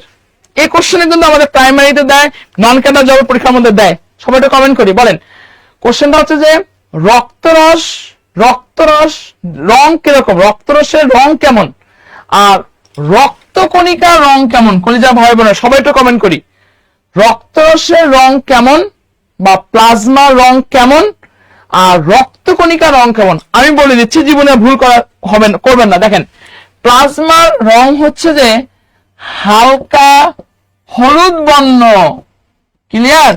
আর রক্তকণিকার রংটা কিরকম? রক্তকণিকার রং হচ্ছে লাল। রক্তকণিকার রংটা কিরকম বলেন তো? লাল, ঠিক আছে? দেখেন আমি একটু যদি বলি, যখন কোভিড হয়েছিল না, কোভিড করোনার সময় কিন্তু প্লাজমা কিন্তু ট্রান্সফিউশন প্লাজমা কিন্তু দিয়েছিলাম, ঠিক আছে? তো সেজন্য বলতেছি আমাদের পরীক্ষার মধ্যে দেয়া প্লাজমার কালারটা কিরকম? হালকা হলুদ বর্ণ। আর রক্তকণিকা কিরকম? হচ্ছে লাল। দেখেন কলিজা ভাই বোনেরা, আরেকটা কোশ্চেন পরীক্ষার মধ্যে দেয়, রক্তকণিকা কত প্রকার? সবার কাছ থেকে তুমি অ্যান্সার জানতে চাচ্ছি, সবাই কমেন্ট করবেন। এই কোশ্চেনটা কিন্তু আমাদের বিসিএস এর জন্য এবং নন ক্যাডার জবের জন্য অনেক বেশি বলেন রক্তকণিকা কত প্রকার? আমি অপশন দিলাম, এ হচ্ছে 2 প্রকার, বি দিলাম যে 3 প্রকার। কোনটা অপশনে বলেন রক্তকণিকা কত প্রকার? সবার কাছ থেকে আমি জানতে চাচ্ছি, বলেন সবাই একটু অ্যান্সার করবো। হ্যাঁ, সাইদুর রহমান সবার আগে আপনি অ্যান্সার করছেন, ধন্যবাদ। রক্তকণিকা হচ্ছে আমাদের 3 প্রকার। আচ্ছা, শুধু 3 প্রকার নাম তো জানলেই হবে না, কি কি আছে রক্তকণিকা 3 প্রকার? বলেন আরবিসি আছে, তাই না? আরবিসি মানে কি? লোহিত রক্তকণিকা। তারপর আমাদের কি আছে? ডব্লিউবিসি আছে, মানে কি? কলেজে ভাই বোনেরা বলেন শ্বেত রক্তকণিকা। এরপর আমাদের কি আছে বলেন? অনুচক্রিকা আছে। কি আছে? অনুচক্রিকা আছে, ঠিক আছে? এবং এই যে আমাদের শ্বেত রক্তকণিকার ভিতরে অনেকগুলো আমাদের ক্লাসিফিকেশন আছে, নিউট্রোফিল, ইউসিনোফিল এবং বেসোফিল। খুব সুন্দর, মাশাআল্লাহ আপনাদের অনেক অনেক জব ফিনিশিং ভালোবাসা, আমরা খুব সুন্দর রেসপন্স করতেছি, যেমন স্মিতল, স্মৃতি ঘটক, নাইম ইসমান, নাসিরউদ্দিন, মাশাআল্লাহ সাবনা, মাশাআল্লাহ। আমরা একটু বেশি বেশি করে ফ্রেন্ডদেরকে একটু মেনশন করে, আমরা যে কজনে ক্লাস করতেছি অতি দ্রুত, মাত্র বেশি না, সবাই মিলে মাত্র 3 জনকে ফ্রেন্ডে মেনশন করি, কারণ আপনারা যে উপকৃত হবেন, জব মেডিসিন আপনাদের উপকারের জন্য সবসময় আছে। কঠিন টপিকসকে সহজ করে দেওয়া হয়েছে জব মেডিসিন এইম, ঠিক আছে? ওকে, সবাই একটু আমরা লক্ষ্য করি। দেখেন যে কথাটা বলতেছিলাম, আমার এখানে স্লাইডে কি দেওয়া আছে দেখেন, কোনটি রক্তের উপাদান নয়? কলিজার ভাই বোনেরা আমরা একটু অ্যান্সার করব। দেখেন কোনটি রক্তের উপাদান নয়? আচ্ছা, লোহিত রক্তকণিকা ভাইয়া, এটা তো রক্তের উপাদান, তাই না? শ্বেত রক্তকণিকা, এটা আমাদের রক্তের উপাদান। আচ্ছা, বেসোফিলটা কি? This is the point. বেসোফিলটা কি আসলে? আমি কিন্তু কিছুক্ষণ আগে একটা কথা বলছি আপনাদেরকে, শ্বেত রক্তকণিকার অনেকগুলো ক্লাসিফিকেশন আছে, নিউট্রোফিল, ইউসিনোফিল, বেসোফিল। তাহলে বেসোফিলটাও, এটাও কিন্তু একটা রক্তের কণিকা। আচ্ছা, তাহলে লিউকোপ্লাস্ট এটা কিন্তু আমাদের রক্তের উপাদান নয়। লিউকোপ্লাস্ট এটা কি বললাম কলিজা ভাই বোনেরা, সবাই কমেন্ট করি, এটা কিন্তু রক্তের উপাদান নয়। আচ্ছা, একটু যদি আমি আপনাদেরকে ডিটেইলস আলোচনা করি, কলিজা ভাই বোনেরা বলেন তো লিউকোপ্লাস্ট আসলে কি? তাহলে বলেন লিউকোপ্লাস্ট কি? তাহলে কেউ কি নামটা ক্ষেত্রে শুনেছেন কিনা বলেন? প্রত্যেকটা অপশন যদি ডিটেইলস জানতে পারেন তাহলে বিজ্ঞানে অজ্ঞান হবেন না, আর বিজ্ঞানে অজ্ঞান না হওয়ার জন্য জব মেডিসিন আপনাদের সাথে আছে। ঠিক আছে, লিউকোপ্লাস্ট আসলে কি বলেন দেখেন। আচ্ছা, একটা অ্যান্সার করেন তো, কোষের রান্নাঘর কোনটি? এই কোশ্চেন কিন্তু দেয়, কোষের রান্নাঘর কোনটি? সবাই একটু আমরা অ্যান্সার করবো, কলিজা ভাইরা বলেন কোষের রান্নাঘর কোনটি? সবার কাছ থেকে আমরা অ্যান্সার জানতে যাচ্ছি, খুবই গুরুত্বপূর্ণ কোশ্চেন। কোষের রান্নাঘর কি? আচ্ছা, বেসোফিলটা হচ্ছে যে আমাদের শ্বেত রক্ত কণিকার অনেকগুলা ক্লাসিফিকেশন আছে, নিউট্রোফিল, ইউসিনোফিল, অনেকগুলো ক্লাসিফিকেশন আছে। ঠিক আছে, আচ্ছা কোষের রান্নাঘর কোনটি? হ্যাঁ, ধন্যবাদ আব্দুস সোবান সাদ্দারকে, মাশাআল্লাহ আপনার রেসপন্স। তাহলে কোষের রান্নাঘর কোনটি? কোষের রান্নাঘর হচ্ছে আমাদের প্লাস্টিড। কোষের রান্নাঘর কোনটা বলছি বলেন তো? কোষের রান্নাঘর হচ্ছে আমাদের প্লাস্টিড। কোষের রান্নাঘর কি বলেন? কোষের রান্নাঘর হচ্ছে প্লাস্টিড। আচ্ছা দেখেন কলিজা ভাই বোনেরা, একটা কোশ্চেন যদি আপনাদেরকে পরীক্ষার মধ্যে দেয়, বলেন প্লাস্টিড, প্লাস্টিড আমাদের কয় প্রকার? কোশ্চেন আনসার করেন, প্লাস্টিড কত প্রকার? এটা কিন্তু পরীক্ষার মধ্যে কোশ্চেন দেয়, বলেন প্লাস্টিড কত প্রকার? সবার কাছ থেকে আমি অ্যান্সার জানতে যাচ্ছি। মাশাআল্লাহ মাশাআল্লাহ, সবাই একটু রেসপন্স করি আমরা। মাশাআল্লাহ, সবাই রেসপন্স করে, সবাই ক্লাসে শেয়ার করে বলেন প্লাস্টিড কত প্রকার? সবার কাছ থেকে অ্যান্সার জানতে যাচ্ছি, বলেন প্লাস্টিড কত প্রকার? প্লাস্টিড কত প্রকার? 2, 3, 4 না 5? প্লাস্টিড কত প্রকার? আমি অপশনগুলো লিখে দিলাম। এ অপশন দিলাম যে 3 প্রকার, তারপর বি অপশন দিলাম যে হচ্ছে যে 2 প্রকার। বলেন প্লাস্টিড কত প্রকার? সবার কাছ থেকে আমি অ্যান্সার জানতে যাচ্ছি, সবাই একটু কথা বলি। হ্যাঁ, ধন্যবাদ আফিফা রীতিকে। প্লাস্টিড হচ্ছে আমাদের 3 প্রকার। প্লাস্টিড কয় প্রকার? সবাই কমেন্ট করে 3 প্রকার আছে। প্লাস্টিড 3 প্রকার কি কি আছে দেখেন, প্লাস্টিড 3 প্রকার কি কি আছে বলেন? প্লাস্টিড 3 প্রকার কি কি আছে? অ্যামাইলোপ্লাস্ট। প্লাস্টিড 3 প্রকার কি কি আছে বলেন? প্লাস্টিড আমাদের কয় প্রকার বলছি? প্লাস্টিড হচ্ছে আমাদের 3 প্রকার। ঠিক আছে, কেউ কেউ আসতেছে আমাদের বর্ণ ধারণ করতেছে না, কেউ কেউ বর্ণ ধারণ করতেছে। আচ্ছা, এখন একটা কোশ্চেন আপনারা অ্যান্সার করেন তো, বলেন তো সবুজ, কোশ্চেনের সব অ্যান্সার করেন, সবুজ রঙের, সবুজ রঙের প্লাস্টিডকে কি বলে? সবার কাছ থেকে আমি অ্যান্সার জানতে যাচ্ছি, সবুজ রঙের প্লাস্টিডকে কি বলে? সবাই একটু আমরা ক্লাসটা শেয়ার করব, ফ্রেন্ডকে একটু মেনশন করব। বলেন সবুজ রঙের প্লাস্টিডকে কি বলে? বলেন। হ্যাঁ, কামরুল হাসান আপনি খুব সুন্দর, লিউকোপ্লাস্ট, ক্রোমোপ্লাস্ট এবং ক্লোরোপ্লাস্ট। বলেন সবুজ রঙের প্লাস্টিডকে কি বলে? কলিজা ভাই বোনেরা সবাই একটু আমরা কমেন্ট করি, বলেন সবুজ রঙের প্রিয়, সবুজ রঙের প্লাস্টিডকে কি বলে? আমি বলে দিচ্ছি, দেখেন কলিজা ভাই বোনেরা, সবুজ রঙের প্লাস্টিডকে আমি ক্লোরোপ্লাস্ট বলবো। সবুজ রঙের প্লাস্টিডকে আমি কি বলবো কলিজা ভাই বোনেরা? ক্লোরোপ্লাস্ট বলবো। ঠিক আছে, এবং এই ক্লোরোপ্লাস্টেই কিন্তু আমাদের সালোক সংশ্লেষণ প্রক্রিয়াটা কি হচ্ছে বলেন তো? সম্পন্ন হচ্ছে। দেখেন আমাকে পড়াশোনা কিন্তু এভাবেই করতে হবে, প্রত্যেকটা অপশন ডিটেইলস জানতে হবে। যদি ভাবে যদি জানতে পারি, বিজ্ঞান করে দিবে না অজ্ঞান। ঠিক আছে, বিজ্ঞান অজ্ঞান না করে দেওয়ার জন্য কিন্তু জব মেডিসিন আপনাদের সাথে আছে। ভাইয়া কিছুই চাই না, ক্লাস নিচ্ছে না, জাস্ট একটুকু চাই ক্লাসটা নিজের টাইমলাইনে শেয়ার করেন, বেশি বেশি করে আমার সামনে ফ্রেন্ডদেরকে মেনশন করেন, বেশি বেশি করে আমার সামনে ফ্রেন্ডদেরকে মেনশন করেন। দেখেন প্রথম কোশ্চেনে কিন্তু কোনটি রক্তের উপাদান নয়? কলিজা ভাই বোনেরা একটু সবাই আমরা অ্যান্সার করি, বলেন কোনটি রক্তের উপাদান নয়? সবাই একটু অ্যান্সার করি, বলেন কোনটি রক্তের উপাদান নয়? অ্যান্সার কি হবে? লিউকোপ্লাস্ট কিন্তু, সরি, কোনটি রক্তের উপাদান?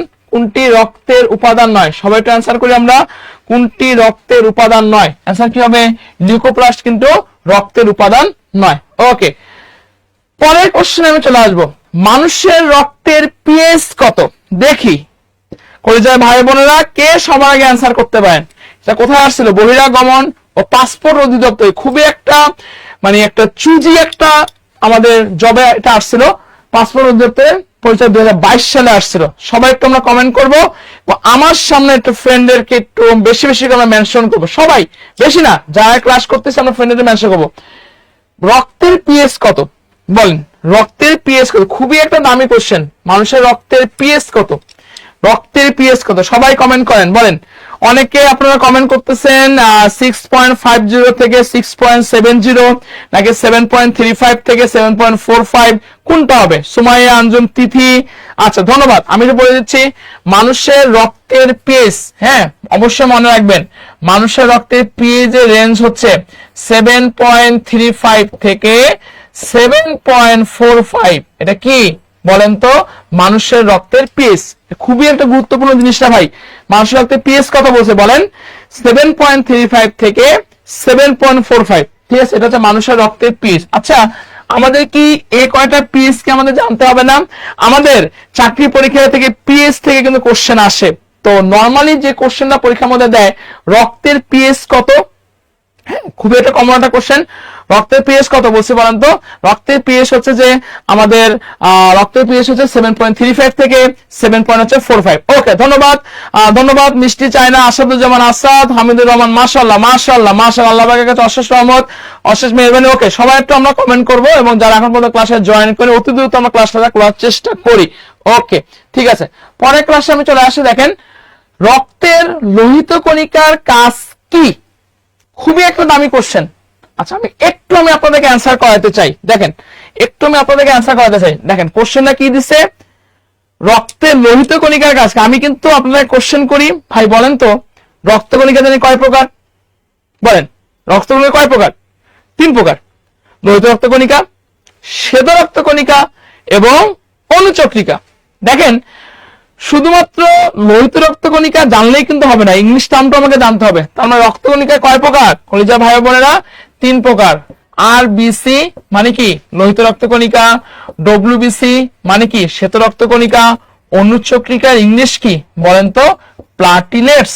আচ্ছা, আমার ওখানে কোশ্চেন দিয়েছিল লোহিত রক্ত কণিকার প্রধান কাজ কি? কোশ্চেন তো ঘুরাও দিতে পারে, শ্বেত রক্ত কণিকার প্রধান কাজ কি? আমাদের প্রশ্ন তো ঘোরাও দিতে পারে, অনুচক্রিকার প্রধান কাজ কি? তার মানে কি 3টা রক্ত কণিকার প্রধান কাজ আমাকে মাস্ট বি জানতে হবে। যদি জেনে থাকি তাহলে কিন্তু আমাদের এই রক্তচাপের কোশ্চেন আসলে আমাদের কোনো পেরেশানি পেতে হবে না ইনশাআল্লাহ। দেখেন, যে কথাটা বলতেছিলাম, আরবিসির প্রধান কাজ কি? দেখেন, আরবিসির প্রধান কাজ হচ্ছে অক্সিজেন পরিবহন করা।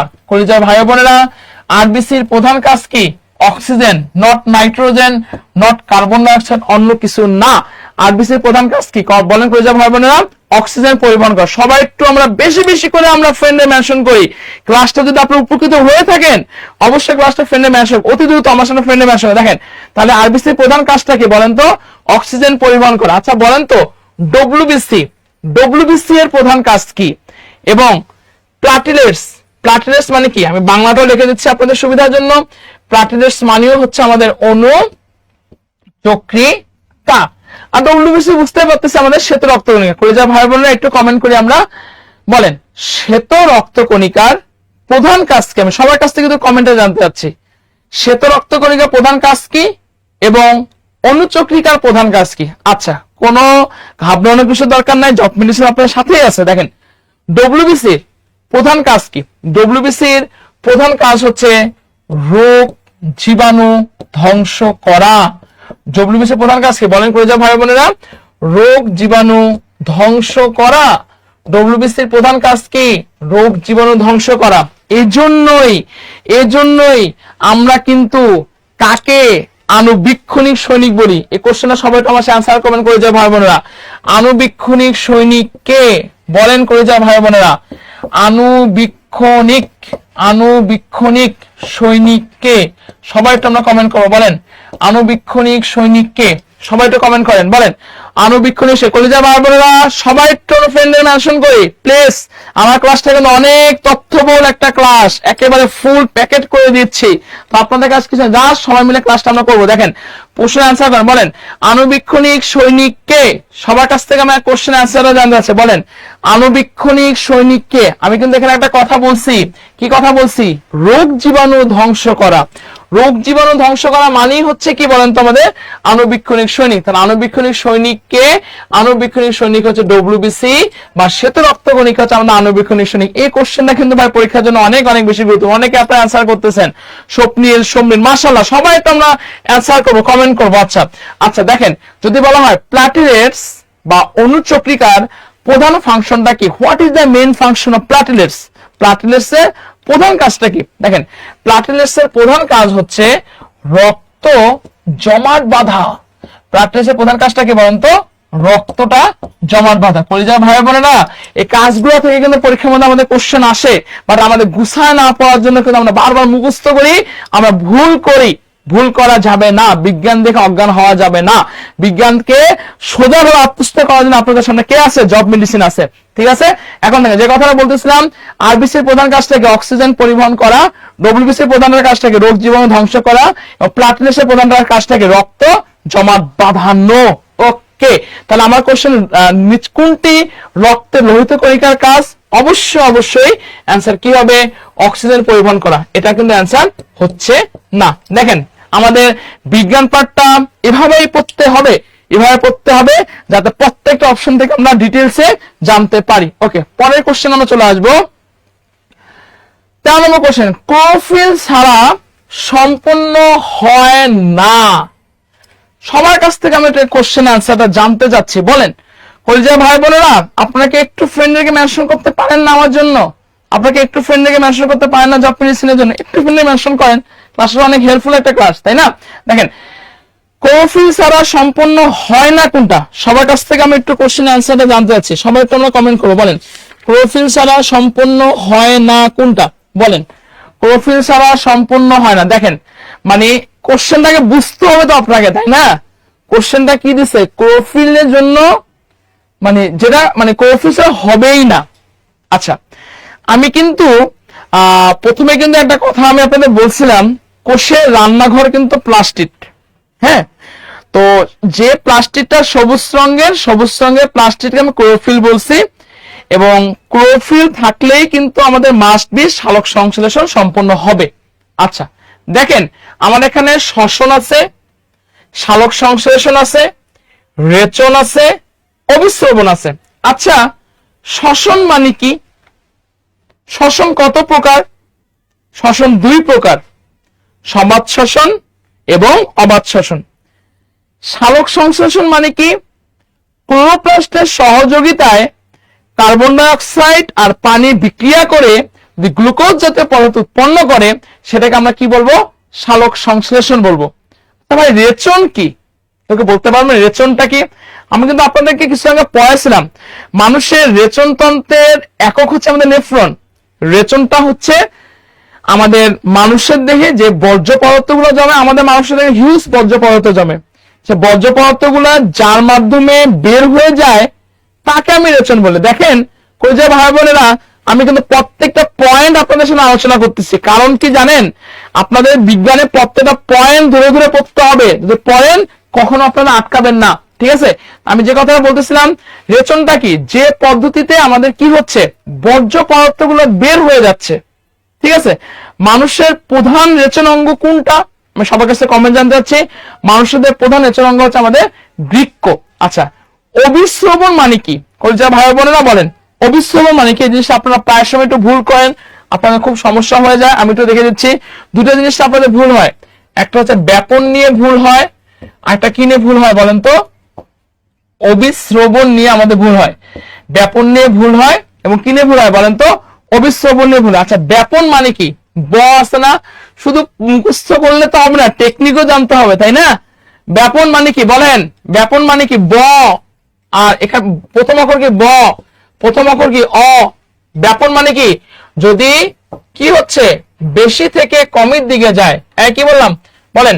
যদি কোন ঘনত্ব দ্রবণ যদি বেশি থেকে কমের দিকে যায়, সেটা হচ্ছে আমাদের ব্যাপন। আর অবিশ্রবণ আমি কাকে বলবো? যদি আমাদের অল্প থেকে বেশির দিকে যায়, সেটা হচ্ছে আমাদের অবিশ্রবণ। এগুলো কিন্তু বুঝতে হবে, এগুলো বুঝতে হবে যে কোশ্চেন আমাদের দেওয়া আছে। আচ্ছা, ক্লোরোফিল ছাড়া সম্পূর্ণ হয় না, তাহলে অবশ্যই কলেজের ভাই বোনের আনসার কি হচ্ছে? অবশ্যই आंसर কি হচ্ছে বলেন তো সালোক সংশ্লেষণ। কলিজা ভাই বোনেরা একেবারে ডিটেইলসে কিন্তু পড়াচ্ছি, আপনাদের কাজ কি জাস্ট ক্লাসটা মনোযোগ দিয়ে করা, নোট করা এবং বেশি বেশি করে ক্লাসটা শেয়ার করা এবং ফ্রেন্ডের মেনশন দাও। সবাই বেশি না, মাত্র 2-3 জনকে আমরা ফ্রেন্ডে একটু দ্রুত মেনশন করি। ধন্যবাদ, মাশাআল্লাহ আপনাদের অনেক রেসপন্স, মাশাআল্লাহ।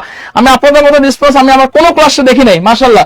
জব মেরেছে খুব সুন্দর রেসপন্স, মিষ্টি মিষ্টি স্মৃতি ঘাটো খুব সুন্দর, তারপর হাফিজ, তাহানা আক্তার, তিশা খুব সুন্দর। ওকে আচ্ছা, এরপর দেখেন আমি পরের স্লাইডে চলে আসবো।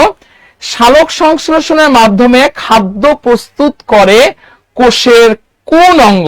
খুবই একটা দামি কথা বলছে রে ভাই, সবাই আনসার করেন। দেখেন এই কোশ্চেনটা কোথায় আসছে, দেখেন কৃষি সম্প্রসারণ অধিদপ্তরের উপ সহকারী কৃষি কর্মকর্তা 2023-এ আসছিল। আমরা সবাই জানি এই কৃষি কর্মকর্তা পরীক্ষা খুবই একটা চুজি সাবজেক্ট একটা পরীক্ষা, আমাদের প্রায় সময় কিন্তু কোশ্চেন আমাদের আসে, ঠিক আছে? তো আমরা একটু কোশ্চেনের অ্যান্সারটা সবাই একটু দেখি কে সবার আগে আমরা অ্যান্সার করতে পারি। কোশ্চেনটা কি দিছে, সালোক সংশ্লেষণের মাধ্যমে খাদ্য প্রস্তুত করে কোষের কোন অঙ্গ, তাই না? আচ্ছা আমি একটু দেখি, সাইটোপ্লাজম কি করে? না, কখনোই না। নিউক্লিয়াস কি করে? কখনোই না। গলগি বস্তু করে? কখনোই না। তাহলে কে করে? হ্যাঁ, অনেকে আমরা অ্যান্সার করতেছি। হাফিজ আকন্দ মাশাআল্লাহ, মোহাম্মদ আবরার, রাধা রানী মাশাআল্লাহ, খুব সুন্দর রেসপন্স। অবশ্যই তাহলে খাদ্য প্রস্তুত কে করতেছে? ক্লোরোপ্লাস্ট করতেছে। ওই যে ভাই বোনেরা কথা বলে সবাই, খাদ্য প্রস্তুত কে করতেছে? ক্লোরোপ্লাস্ট করতেছে। আচ্ছা একটু আমাকে যদি অ্যান্সার করি আপনাদেরকে, আমি একটা কোশ্চেন আপনাদেরকে ধরবো, সেটা আচ্ছা বলেন তো, সবাই অ্যান্সার করবেন। হ্যাঁ, এই কোশ্চেনটা কিন্তু আমাদের নন ক্যাডার জবে প্রায় অনেকবার দিয়েছিল। কোষের ট্রাফিক পুলিশ কে? বলেন, কোষের ট্রাফিক পুলিশ কে? এটা একটা কোশ্চেন। একটা কোশ্চেন দেওয়া যে কোষের কার্বোহাইড্রেট ফ্যাক্টরি কে? সবার কাছ থেকে আমি অ্যান্সারটা জানতে চাচ্ছি। কোষের কার্বোহাইড্রেট ফ্যাক্টরি কে? সবাই একটু অ্যান্সার করেন দেখি কি আপনারা অ্যান্সার করতে পারেন। কলিজা ভাই বোনেরা একটু বেশি না, মাত্র আমরা সবাই একটু ক্লাসটা শেয়ার করি এবং সবাই একটু ফ্রেন্ডকে দ্রুত মেনশন করি প্লিজ। ক্লাসটা অনেক তথ্যবহুল একটা ক্লাস। এই ক্লাসটা করলে, এই ক্লাসটা যদি আপনারা শেয়ার দিয়ে রাখেন নিজের টাইমলাইনে, বারবার দেখলে আপনাদের নির্দ্বিধায় যে কোনো বিজ্ঞান পরীক্ষায়, চাকরি পরীক্ষা আপনার মাস্ট বি বিজ্ঞানে ভালো নম্বর ক্যারি করতে পারবেন, ঠিক আছে? তো সবাই একটু আমরা অ্যান্সার করি। বলেন, কোষের ট্রাফিক পুলিশ কে অথবা কোষের কার্বোহাইড্রেট ফ্যাক্টরি কে? একটু আমরা কমেন্টে জানতে চাচ্ছি। ধন্যবাদ চায়নাকে, তারপর ধন্যবাদ। না, হয়নি। রাইবোজোম না, রাইবোজোমকে আমরা সার্বজনীন অঙ্গাণু বলি। আমরা রাইবোজোমকে আমরা কি বলছি? সার্বজনীন অঙ্গাণু। কেন আমি রাইবোজোমকে সার্বজনীন অঙ্গাণু বলছি? কারণ সেটা আদি কোষেও আছে, প্রকৃত কোষ। আমরা এখন কথা ভাই, আদি কোষকে প্রকৃত কোষকে, কোষ দুই প্রকার, আদি কোষ আর প্রকৃত কোষ। আদি কোষও আছে, প্রকৃত কোষ আছে। কোশ্চেন হলো দেখেন, কোষের ট্রাফিক পুলিশকে বা কোষের কার্বোহাইড্রেট ফ্যাক্টরিকে, দুটার অ্যান্সার কিন্তু একটাই হবে। কোষের ট্রাফিক পুলিশ বা কোষের কার্বোহাইড্রেট ফ্যাক্টরি কাকে বলে জানেন? আমরা গলগি বডিকে বলি। কাকে বলি বলেন তো? গলগি বডিকে বলি। খুবই একটা দামি কোশ্চেন। তাহলে কোষে সবাই একটু আমরা কমেন্ট করি, সবাই একটু আমরা কমেন্ট করি। বলেন, এই যে গলগি বডি লিখছি না, সবাই আমরা গলগি বডিতে কমেন্ট বক্সে লিখে দেই। কারণ কোষের ট্রাফিক পুলিশকে, কোষের কার্বোহাইড্রেট ফ্যাক্টরিকে সবাই একটু আমরা কমেন্ট বক্সে গলগি বডি লিখে দেই। সবাই তাহলে কোষের ট্রাফিক পুলিশকে বা কার্বোহাইড্রেট ফ্যাক্টরিকে সবাই একটু কমেন্ট বক্সে গলগি বডি লিখে। কারণ কি, যতই আপনি রেসপন্স করবেন মনে করবেন যে আপনাদের খুব একটা ভালো আপনাদের রেসপন্স। তাহলে কোষের ট্রাফিক পুলিশকে বা কার্বোহাইড্রেট ফ্যাক্টরিকে অবশ্যই আনসার কি হবে? গলগি বডি আছে। এটা বলার কারণটা কি জানেন? দেখেন আমাদের কিন্তু এখানে গলজি বস্তু টপিকটা আসছে। আজকের এই ক্লাসটা আমি এভাবে পড়াচ্ছি, প্রত্যেকটা পয়েন্ট থেকে আপনাদের অনেক বেশি হেল্পফুল হয়। ধন্যবাদ সাইদুর, ফাতেমা মিম, ধন্যবাদ। সবাই আমরা রেসপন্স করতেছি। সবাই একটু ফ্রেন্ড রেখে আমরা দ্রুত ফ্রেন্ড রেখে কি করে মেনশন করি। ওকে, পরের কোশ্চেন আমরা দেখি। সালোক সংশ্লেষণ একটি রাসায়নিক প্রক্রিয়া। খুবই গুরুত্বপূর্ণ কোশ্চেন। সবাই একটু আমরা ফ্রেন্ডের মেনশন করি। সবাই আজকের ক্লাসটা কিন্তু অনেক হেল্পফুল। আমরা সবাই ধন্যবাদ। দিশাহীন জাপ্তি, নাইমা, ফাতেহা মিম, খুব সুন্দর, মাশাআল্লাহ। সবাই রেসপন্স করি, ঠিক আছে? দেখেন সবাই আমরা রেসপন্স করি, সবাই একটু আমরা রেসপন্স করি, সবাই বেশি বেশি করে মাত্র তিনজনকে আমার ফ্রেন্ডের মেনশন করব।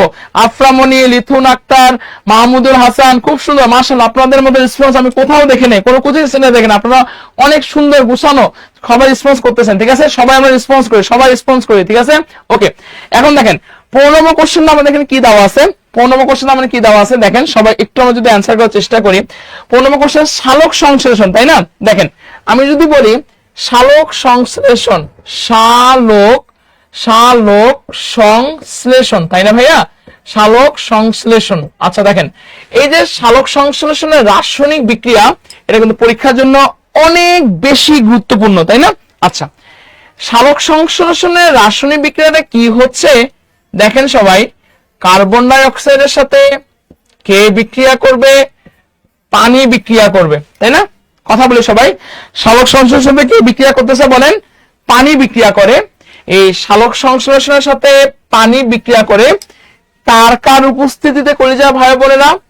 অবশ্যই আলোর উপস্থিতিতে, এবং অবশ্যই কার উপস্থিতিতে বলেন তো? ক্লোরোফিলের উপস্থিতিতে। কার উপস্থিতিতে? আলো এবং ক্লোরোফিলের উপস্থিতিতে। দেখেন কার্বন ডাই অক্সাইড এবং পানি, কলিজা ভাই বোনেরা আপনাদের অনেক একটা হেল্পফুল ক্লাস না হচ্ছে, সবাই বেশি না মাত্র 2-3 জনকে আমরা ফ্রেন্ডে দ্রুত আমার সামনে একটা মেনশন করে, সবাই দ্রুত ফ্রেন্ডে মেনশন করে ক্লাসটা টাইমলাইনে শেয়ার করে ডান লেগে সবাই দেখেন কি হচ্ছে। কার্বন ডাই অক্সাইডের সাথে আমাদের পানি বিক্রিয়া করতেছে, কার কার উপস্থিতিতে? বিক্রিয়াটা কিন্তু অনেক বেশি গুরুত্বপূর্ণ। এই টপিক থেকে বিভিন্ন পরীক্ষায় কিন্তু আমাদের কোশ্চেন আসবেই মাস্ট। ঠিক আছে, আলো এবং ক্লোরোফিল উপস্থিতিতে কি উৎপন্ন করতেছে? গ্লুকোজ, শর্করা জাতীয় খাবার উৎপন্ন করে। আচ্ছা, কেউ কি আপনারা বলতে পারবেন শর্করা জাতীয় খাবারের হচ্ছে সংকেতটা কি?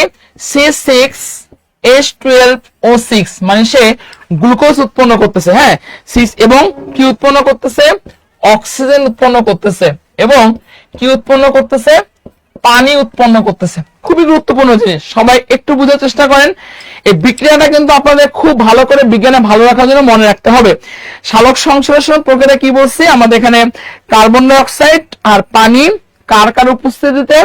আলো এবং ক্লোরোফিল উপস্থিতিতে কি উৎপন্ন করবে? শর্করা। শর্করা মানে কিন্তু হয় না গ্লুকোজ, দ্যাট মিন্স C6H12O6 উৎপন্ন করতেছে, আমাদের অক্সিজেন উৎপন্ন করতেছে এবং পানি উৎপন্ন করতেছে। দেখেন এখান থেকে একটা কোশ্চেন পরীক্ষার মধ্যে দেয়, কোশ্চেনটা হচ্ছে যে সবাই একটু আমি অ্যান্সার করব, বলেন সালোক সংশ্লেষণে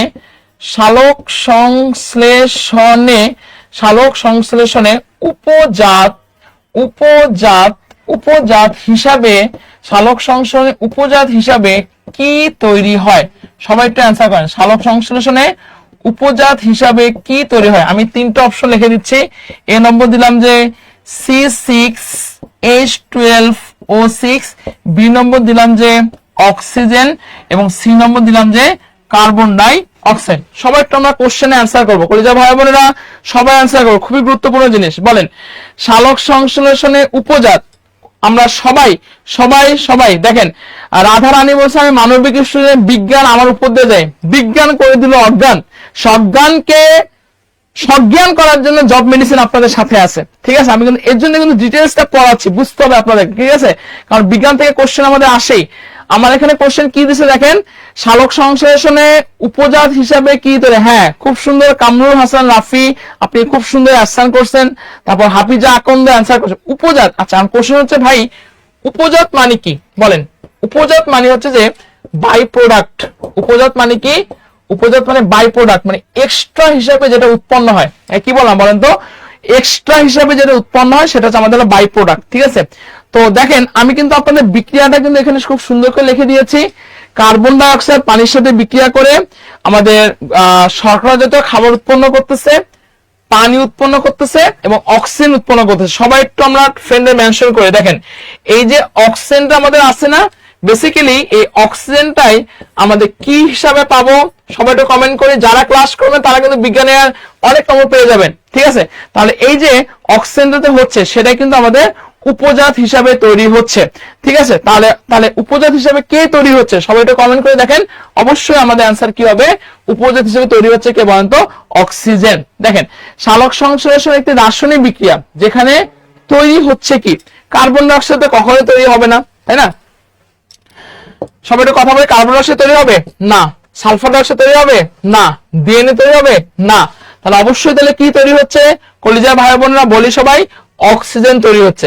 বিলিভ ইট অর নট, আজকে ক্লাসটা যারা করবেন মন দিয়ে তাদের কিন্তু বিজ্ঞানে অনেক দূর আপনারা আগে থাকবে। যারা ক্লাসটা করবে না, তা ক্লাস করবেন কি করবেন সেটা আপনাদের ব্যাপার, ঠিক আছে? তো জাস্ট বেশি না, আপনারা সবাই একটু ফ্রেন্ডের, আমরা বেশি না ফ্রেন্ডকে একটু দ্রুত আমরা মেনশন করি, সবাই দ্রুত ফ্রেন্ডের মেনশন করার চেষ্টা করি। ওকে, পরের কোশ্চেন আমি চলে আসবো, সবাই পরের কোশ্চেন চলে আসবো, সবাই একটু অ্যান্সার করবো। বলেন, সালোক সংশ্লেষণ প্রক্রিয়ায় নির্গত অক্সিজেনের উৎস কি? আমি সবার কাছ থেকে একটু অ্যান্সারটা জানতে চাচ্ছি। বলেন, সালোক সংশ্লেষণ প্রক্রিয়ায় নির্গত অক্সিজেনের উৎস কি? সবার কাছ থেকে একটু কমেন্ট করে জানেন। বলেন, সালোক সংশ্লেষণ প্রক্রিয়ায় নির্গত অক্সিজেনের উৎস কি? বলেন, সবার কাছ থেকে কমেন্টে জানতে হবে, সবাই কমেন্ট করবেন। দেখেন কোশ্চেন আমাদের কোথায় আসছিল, কোথায় আসছিল? গণপূর্ত অধিদপ্তরের উপবিভাগীয় অফিসার 2023-এ আসছিল। খুবই চুজি একটা ডিপার্টমেন্টের কোশ্চেনটা আসছিল, ঠিক আছে? খুবই চুজি একটা ডিপার্টমেন্টের কোশ্চেনটা আসছিল। দেখেন কোশ্চেনে কি দেওয়া আছে? সালোক সংশ্লেষণ প্রক্রিয়ায় নির্গত অক্সিজেনের উৎসটা কি? খুবই দামি কথা। সালোক সংশ্লেষণ প্রক্রিয়ায় নির্গত অক্সিজেনের উৎসটা কি? ক্লোরোফিল? কখনোই না। Carbon die oxide? কখনোই না। পানীয় কার্বন ডাই অক্সাইড? কখনোই না। তাহলে আপনারা বলেন তো কলিজার ভাই বোনেরা, সালোক সংশ্লেষণ প্রক্রিয়ায় নির্গত অক্সিজেনের উৎস হচ্ছে পানি। খুবই দামি একটা কোশ্চেন, ঠিক আছে? ঠিক আছে, খুবই দামি একটা কোশ্চেন, খুবই দামি একটা কোশ্চেন, খুবই দামি একটা কোশ্চেন। মাশাআল্লাহ, মাশাআল্লাহ শামসুন নাহার। অনেকে आंसर বলছে খ না ভাইয়া, সালোক সংশ্লেষণ প্রক্রিয়ায় নির্গত অক্সিজেনের উৎস হচ্ছে কি বলেন তো? পানি। কি হবে বলেন তো? পানি। ওকে, পরের কোশ্চেনে আমি চলে আসবো। দেখেন সবাই একটু অ্যান্সার করি, একটু একটু মনোযোগ সহকারে ক্লাসটা করেন। ক্লাসটা করলে আপনাদের জন্য অনেক বেশি হেল্পফুল হবে। তো আপনাদের দায়িত্ব হলো শেষ মুহূর্তে ক্লাসটা কি করে বেশি বেশি করে শেয়ার করা এবং ফ্রেন্ডদেরকে কি করে দ্রুত মেনশন, দ্রুত আমরা ফ্রেন্ডদেরকে দ্রুত মেনশন দেখি কে সবার আগে আমরা ফ্রেন্ডদেরকে মেনশন করতে পারি। ক্লাসটা একেবারে গুরুত্বপূর্ণ ক্লাস হতে যাচ্ছে, ঠিক আছে? দেখেন পরের কোশ্চেনটা আমাদের এখানে কি দিচ্ছে দেখি। দ্বিপদ, দেখেন কি দেওয়া আছে ভাই? দ্বিপদ নামকরণের দ্বিতীয় নামটি কি নির্দেশ করে? 46 আমাদের 46তম বিসিএস আসছিল, দামি একটা কোশ্চেন, তাই না? দ্বিপদ নামকরণ। আচ্ছা আমি একটু বেসিকে চলে যাই, শুধু পড়লেই তো হবে না, বেসিকও দিতে হবে। আচ্ছা কি বললাম? দ্বিপদ নামকরণ। আগে বলেন এই নামটাকে আপনি শুনছেন কিনা বলেন। দ্বিপদ নামকরণ, দ্বিপদ নামকরণ কে করেন? আগে এই কোশ্চেনের অ্যান্সারটা করেন। আচ্ছা এর আগে আমাকে বুঝতে হবে ভাই, সবাই একটু কমেন্ট করে আমরা ফ্রেন্ডকে একটু মেনশন করে বলেন দ্বিপদ নামকরণ মানে কি? বলেন সবাই একটু কমেন্ট করেন আমরা দ্বিপদ নামকরণ কি বলেন তো। এই যে আপনারা কিন্তু পড়ছেন, বৈজ্ঞানিক নাম পড়ছেন না? মানুষের বৈজ্ঞানিক নামটা কি? হোমোস্যাপিয়েন্স না? রুই মাছের বৈজ্ঞানিক নামটা কি? ল্যাবিওরহিতা না? কাতল মাছের বৈজ্ঞানিক নাম কি? কাতলা না? তারপরে বাঘের বৈজ্ঞানিক নাম কি? প্যান্থারা টিগ্রিস না? এই যে বৈজ্ঞানিক নাম, এই যে আমাদের বৈজ্ঞানিক নাম, এই বৈজ্ঞানিক নাম মানে কি? আমাদের দ্বিপদ নাম। বৈজ্ঞানিক নাম মানে কি বলেন তো? দ্বিপদ নাম। দ্বিপদ নামকরণ কি করেন? খুবই গুরুত্বপূর্ণ কোশ্চেন, দেখি সবার আগে আমি অ্যান্সার করতে বলেন। ধন্যবাদ কামরুল হাসান রাফি, একদম সবার আগে আপনি answer, thank you so much. দ্বিপদ নামকরণ কে করে? দ্বিপদ নামকরণ কে করে? দ্বিপদ নামকরণ করেন হচ্ছে ক্যারোলাস লিনিয়াস। দ্বিপদ নামকরণ কে করেন? পরিচা ভাই বোনেরা সবাই অ্যান্সার করি। ক্যারোলাস লিনিয়াস, সে কি করেন বলেন তো?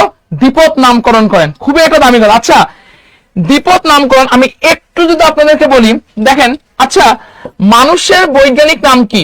কেউ কি বলতে পারবেন? দেখি ওই যে ভাই বোনেরা কে সবাইকে বলতে পারেন মানুষের বৈজ্ঞানিক নাম কি? বলেন মানুষের, কমন একটা কোশ্চেন পরীক্ষার মধ্যে দেয়, মানুষের বৈজ্ঞানিক নাম কি?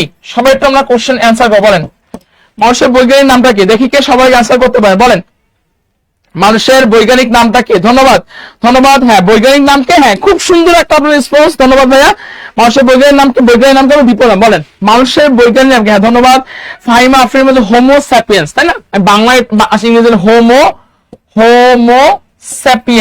হোমোস্যাপিয়েন্স, এটা কিসের বৈজ্ঞানিক নাম? মানুষের বৈজ্ঞানিক নাম, তাই না? তা মানুষের বৈজ্ঞানিক নাম হোমোস্যাপিয়েন্স। আচ্ছা হোমোস্যাপিয়েন্স দেখেন এটা কিন্তু বৈজ্ঞানিক নাম, বৈজ্ঞানিক নাম মানেই হচ্ছে দ্বিপদ নাম। এটা একদম ইজি কথা। বৈজ্ঞানিক নাম ইকুয়াল হচ্ছে দ্বিপদ নামকরণ, ঠিক আছে? বৈজ্ঞানিক নাম ইকুয়াল কি বলছি বলেন সবাই? দ্বিপদ নাম। হোমোটা কি? হোমোটা কি? সবাই একটু কমেন্ট করবেন। সবাই যারা ক্লাসটা করতেছেন সবাই একটু আমার সামনে ফ্রেন্ডদেরকে দ্রুত আমরা মেনশন করি। হোমোটা আমাদের এখানে গণ আর স্পিসিসটা কি বলেন তো কলিজা ভাই বোনেরা?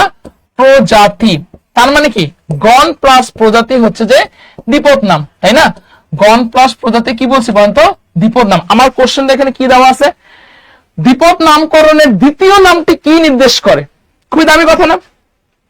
দ্বিপদ নামকরণে দ্বিতীয় নাম মানে কি? মানুষের বৈজ্ঞানিক নাম হোমো স্যাপিয়েন্স, প্রথমটা কি হোমো, দ্বিতীয়টা স্যাপিয়েন্স। আমি তো আপনাদের বলেই দিয়েছি সূত্রটা, গণ প্লাস প্রজাতি ইকুয়াল দ্বিপদ নাম। তাহলে দ্বিতীয় নামটি কি নির্দেশ করে? নির্দ্বিধায়, নির্দ্বিধায় অ্যান্সার কি হবে বলেন তো? নির্দ্বিধায় অ্যান্সার কি হবে বলেন তো? প্রজাতি। কলিজার ভাই বোনেরা, আজকের এই ক্লাসটা কিন্তু অনেক তথ্যবহুল একটা ক্লাস। আজকের ক্লাসটা যারা করবেন, শুধু বিসিএস না, বাংলাদেশের যে কোনো পরীক্ষা নন ক্যাডার যাবে, প্রাইমারি পরীক্ষা, এখান থেকে কোশ্চেন আসবে আসবে। বিজ্ঞান নিয়ে ভয় আর নয়, আর নয়। বিজ্ঞানকে সুন্দর করে দেওয়ার জন্য আপনাদের সাথে কে আছে? জব মেডিসিন আছে। ঠিক আছে, ওকে, সব অ্যান্সার করবো। ওকে, পরে আমি চলে আসবো। দেখেন, অণুজীব বিজ্ঞানের জনক। আচ্ছা, এখন এর আগে একটা কোশ্চেন আমি একটু আপনাদের সামনে আলোচনা করতে চাই। সবাই একটু আমরা কথা বলবো। সেটা হচ্ছে যে কোশ্চেন হচ্ছে কোনটি, এই কোশ্চেনটা কিন্তু খুবই একটা গুরুত্ব, কোনটি হোমোনিম? হোমোনিম এ দিলাম যে হোমো স্যাপিয়েন্স, বি নম্বর দিলাম যে এই কোশ্চেন কিন্তু দেয় ল্যাবিও রোহিতা, এবং সি নম্বর দিলাম যে লোয়া লোয়া। খুবই ঠান্ডা মাথায় কোশ্চেনটা বুঝার চেষ্টা করেন সবাই একটু। আমরা ঠান্ডা মাথায় ক্লাসটা করার চেষ্টা করি। কোনটি হোমোনিম? খুবই একটা দামি কোশ্চেন, হোমোনিম। আচ্ছা, এখানে ঠান্ডা মাথায় বোঝার চেষ্টা করেন। এখানে তিনটা বৈজ্ঞানিক নাম আমাদের দেওয়া আছে, ঠিক আছে? বিজ্ঞানের কাছে কোনো সমস্যা নেই। দেখেন কোনটি হোমোনিম, হোমোস্যাপিয়েন্স, ল্যাবিওরোহিতা নাকি লোয়া লোয়া। আচ্ছা, আমি তিনটা অপশন লিখছি, আমি একটু ক্লিয়ার করে দিচ্ছি, বেসিক ক্লিয়ার করার জন্য। হোমোস্যাপিয়েন্স এটা কার বৈজ্ঞানিক নাম? এটা হচ্ছে আমাদের মানুষের বৈজ্ঞানিক নাম, তাই না? ল্যাবিওরোহিতা এটা কার বৈজ্ঞানিক নাম? এটা হচ্ছে আমাদের রুই মাছের বৈজ্ঞানিক। আমরা যে রুই মাছটা খাই না, ভুনা করে রুই মাছ খাই না, রুই মাছের বৈজ্ঞানিক নামটা কি বলছি? ল্যাবিওরোহিতা। আচ্ছা, চোখ কৃমি, চোখ কৃমি এটা হচ্ছে লোয়া লোয়া। লোয়া লোয়া এটা কিসের বৈজ্ঞানিক নাম? চোখ কৃমির হচ্ছে আমাদের বৈজ্ঞানিক নাম হচ্ছে লোয়া লোয়া। ঠিক আছে, আচ্ছা ভাইয়ারা, কলিজার ভাইয়ারা একটু বোঝার চেষ্টা করেন, এই যে হোমোনিম মানে কি? হোমোনিম মানে কি? হোমোনিম মানে হচ্ছে যে যদি কোনো বৈজ্ঞানিক নামের গণ আর প্রজাতি, গণ আর প্রজাতি কি হয়? একই হয়। এটা সূত্র। যদি কোনো বৈজ্ঞানিক নামের গণ আর প্রজাতি একই হয়, সে ঘটনাটাকে আমরা কি বলবো বলেন তো? হোমোনিম বলবো। কলিজার ভাই বোনেরা, আজকের ক্লাসটা অনেক বেশি তথ্যবহুল ক্লাস। একটু সবাই ক্লাসটা যদি আপনার হেল্পফুল হয়, বেশি বেশি করে আমার সামনে মেনশন করেন। সবাই দেখি কে কোন ফ্রেন্ডে মেনশন করে। দেখেন আমি কি বললাম? হোমোনিম মানে কি? গণ প্লাস প্রজাতি নিয়েই কিন্তু আমাদের, যদি গণ আর প্রজাতি একই হয় সেটা কিন্তু আমাদের হোমোনিম। আচ্ছা, এই জায়গায় কি গণ আর প্রজাতি এক? তাহলে এটা হোমোনিম না। এখানে কি গণ আর প্রজাতি এক? না, এটা আমাদের হোমোনিম না। তাহলে গণ আর প্রজাতি সেম, তাহলে সেটাকে আমরা কি বলবো? হোমোনিম। একেবারে চরম বেসিক একটা কথা আমি নিয়ে ক্লাসগুলো করাচ্ছি ভাই। এই বেসিক জিনিসগুলো যদি না বুঝেন, বিজ্ঞান সারা জীবন আপনাকে অজ্ঞানী করে দিবে। ঠিক আছে, বিজ্ঞান সারা জীবন আপনাকে অজ্ঞানী করে দিবে। ঠিক আছে, ওকে। তাহলে কোনটি হোমোনিম? চোখ কৃমিটা হচ্ছে আমাদের হোমোনিম। ওকে, আচ্ছা এরপরে দেখেন, পরে আমি চলে আসবো অণুজীব বিজ্ঞানের জনক কে। আমি সবার কাছ থেকে অ্যান্সার জানতে হচ্ছে, বলেন বলেন অণুজীব বিজ্ঞানের জনক কে? খুবই একটা দামি কোশ্চেন করছে, বলেন অণুজীব বিজ্ঞানের জনক কে?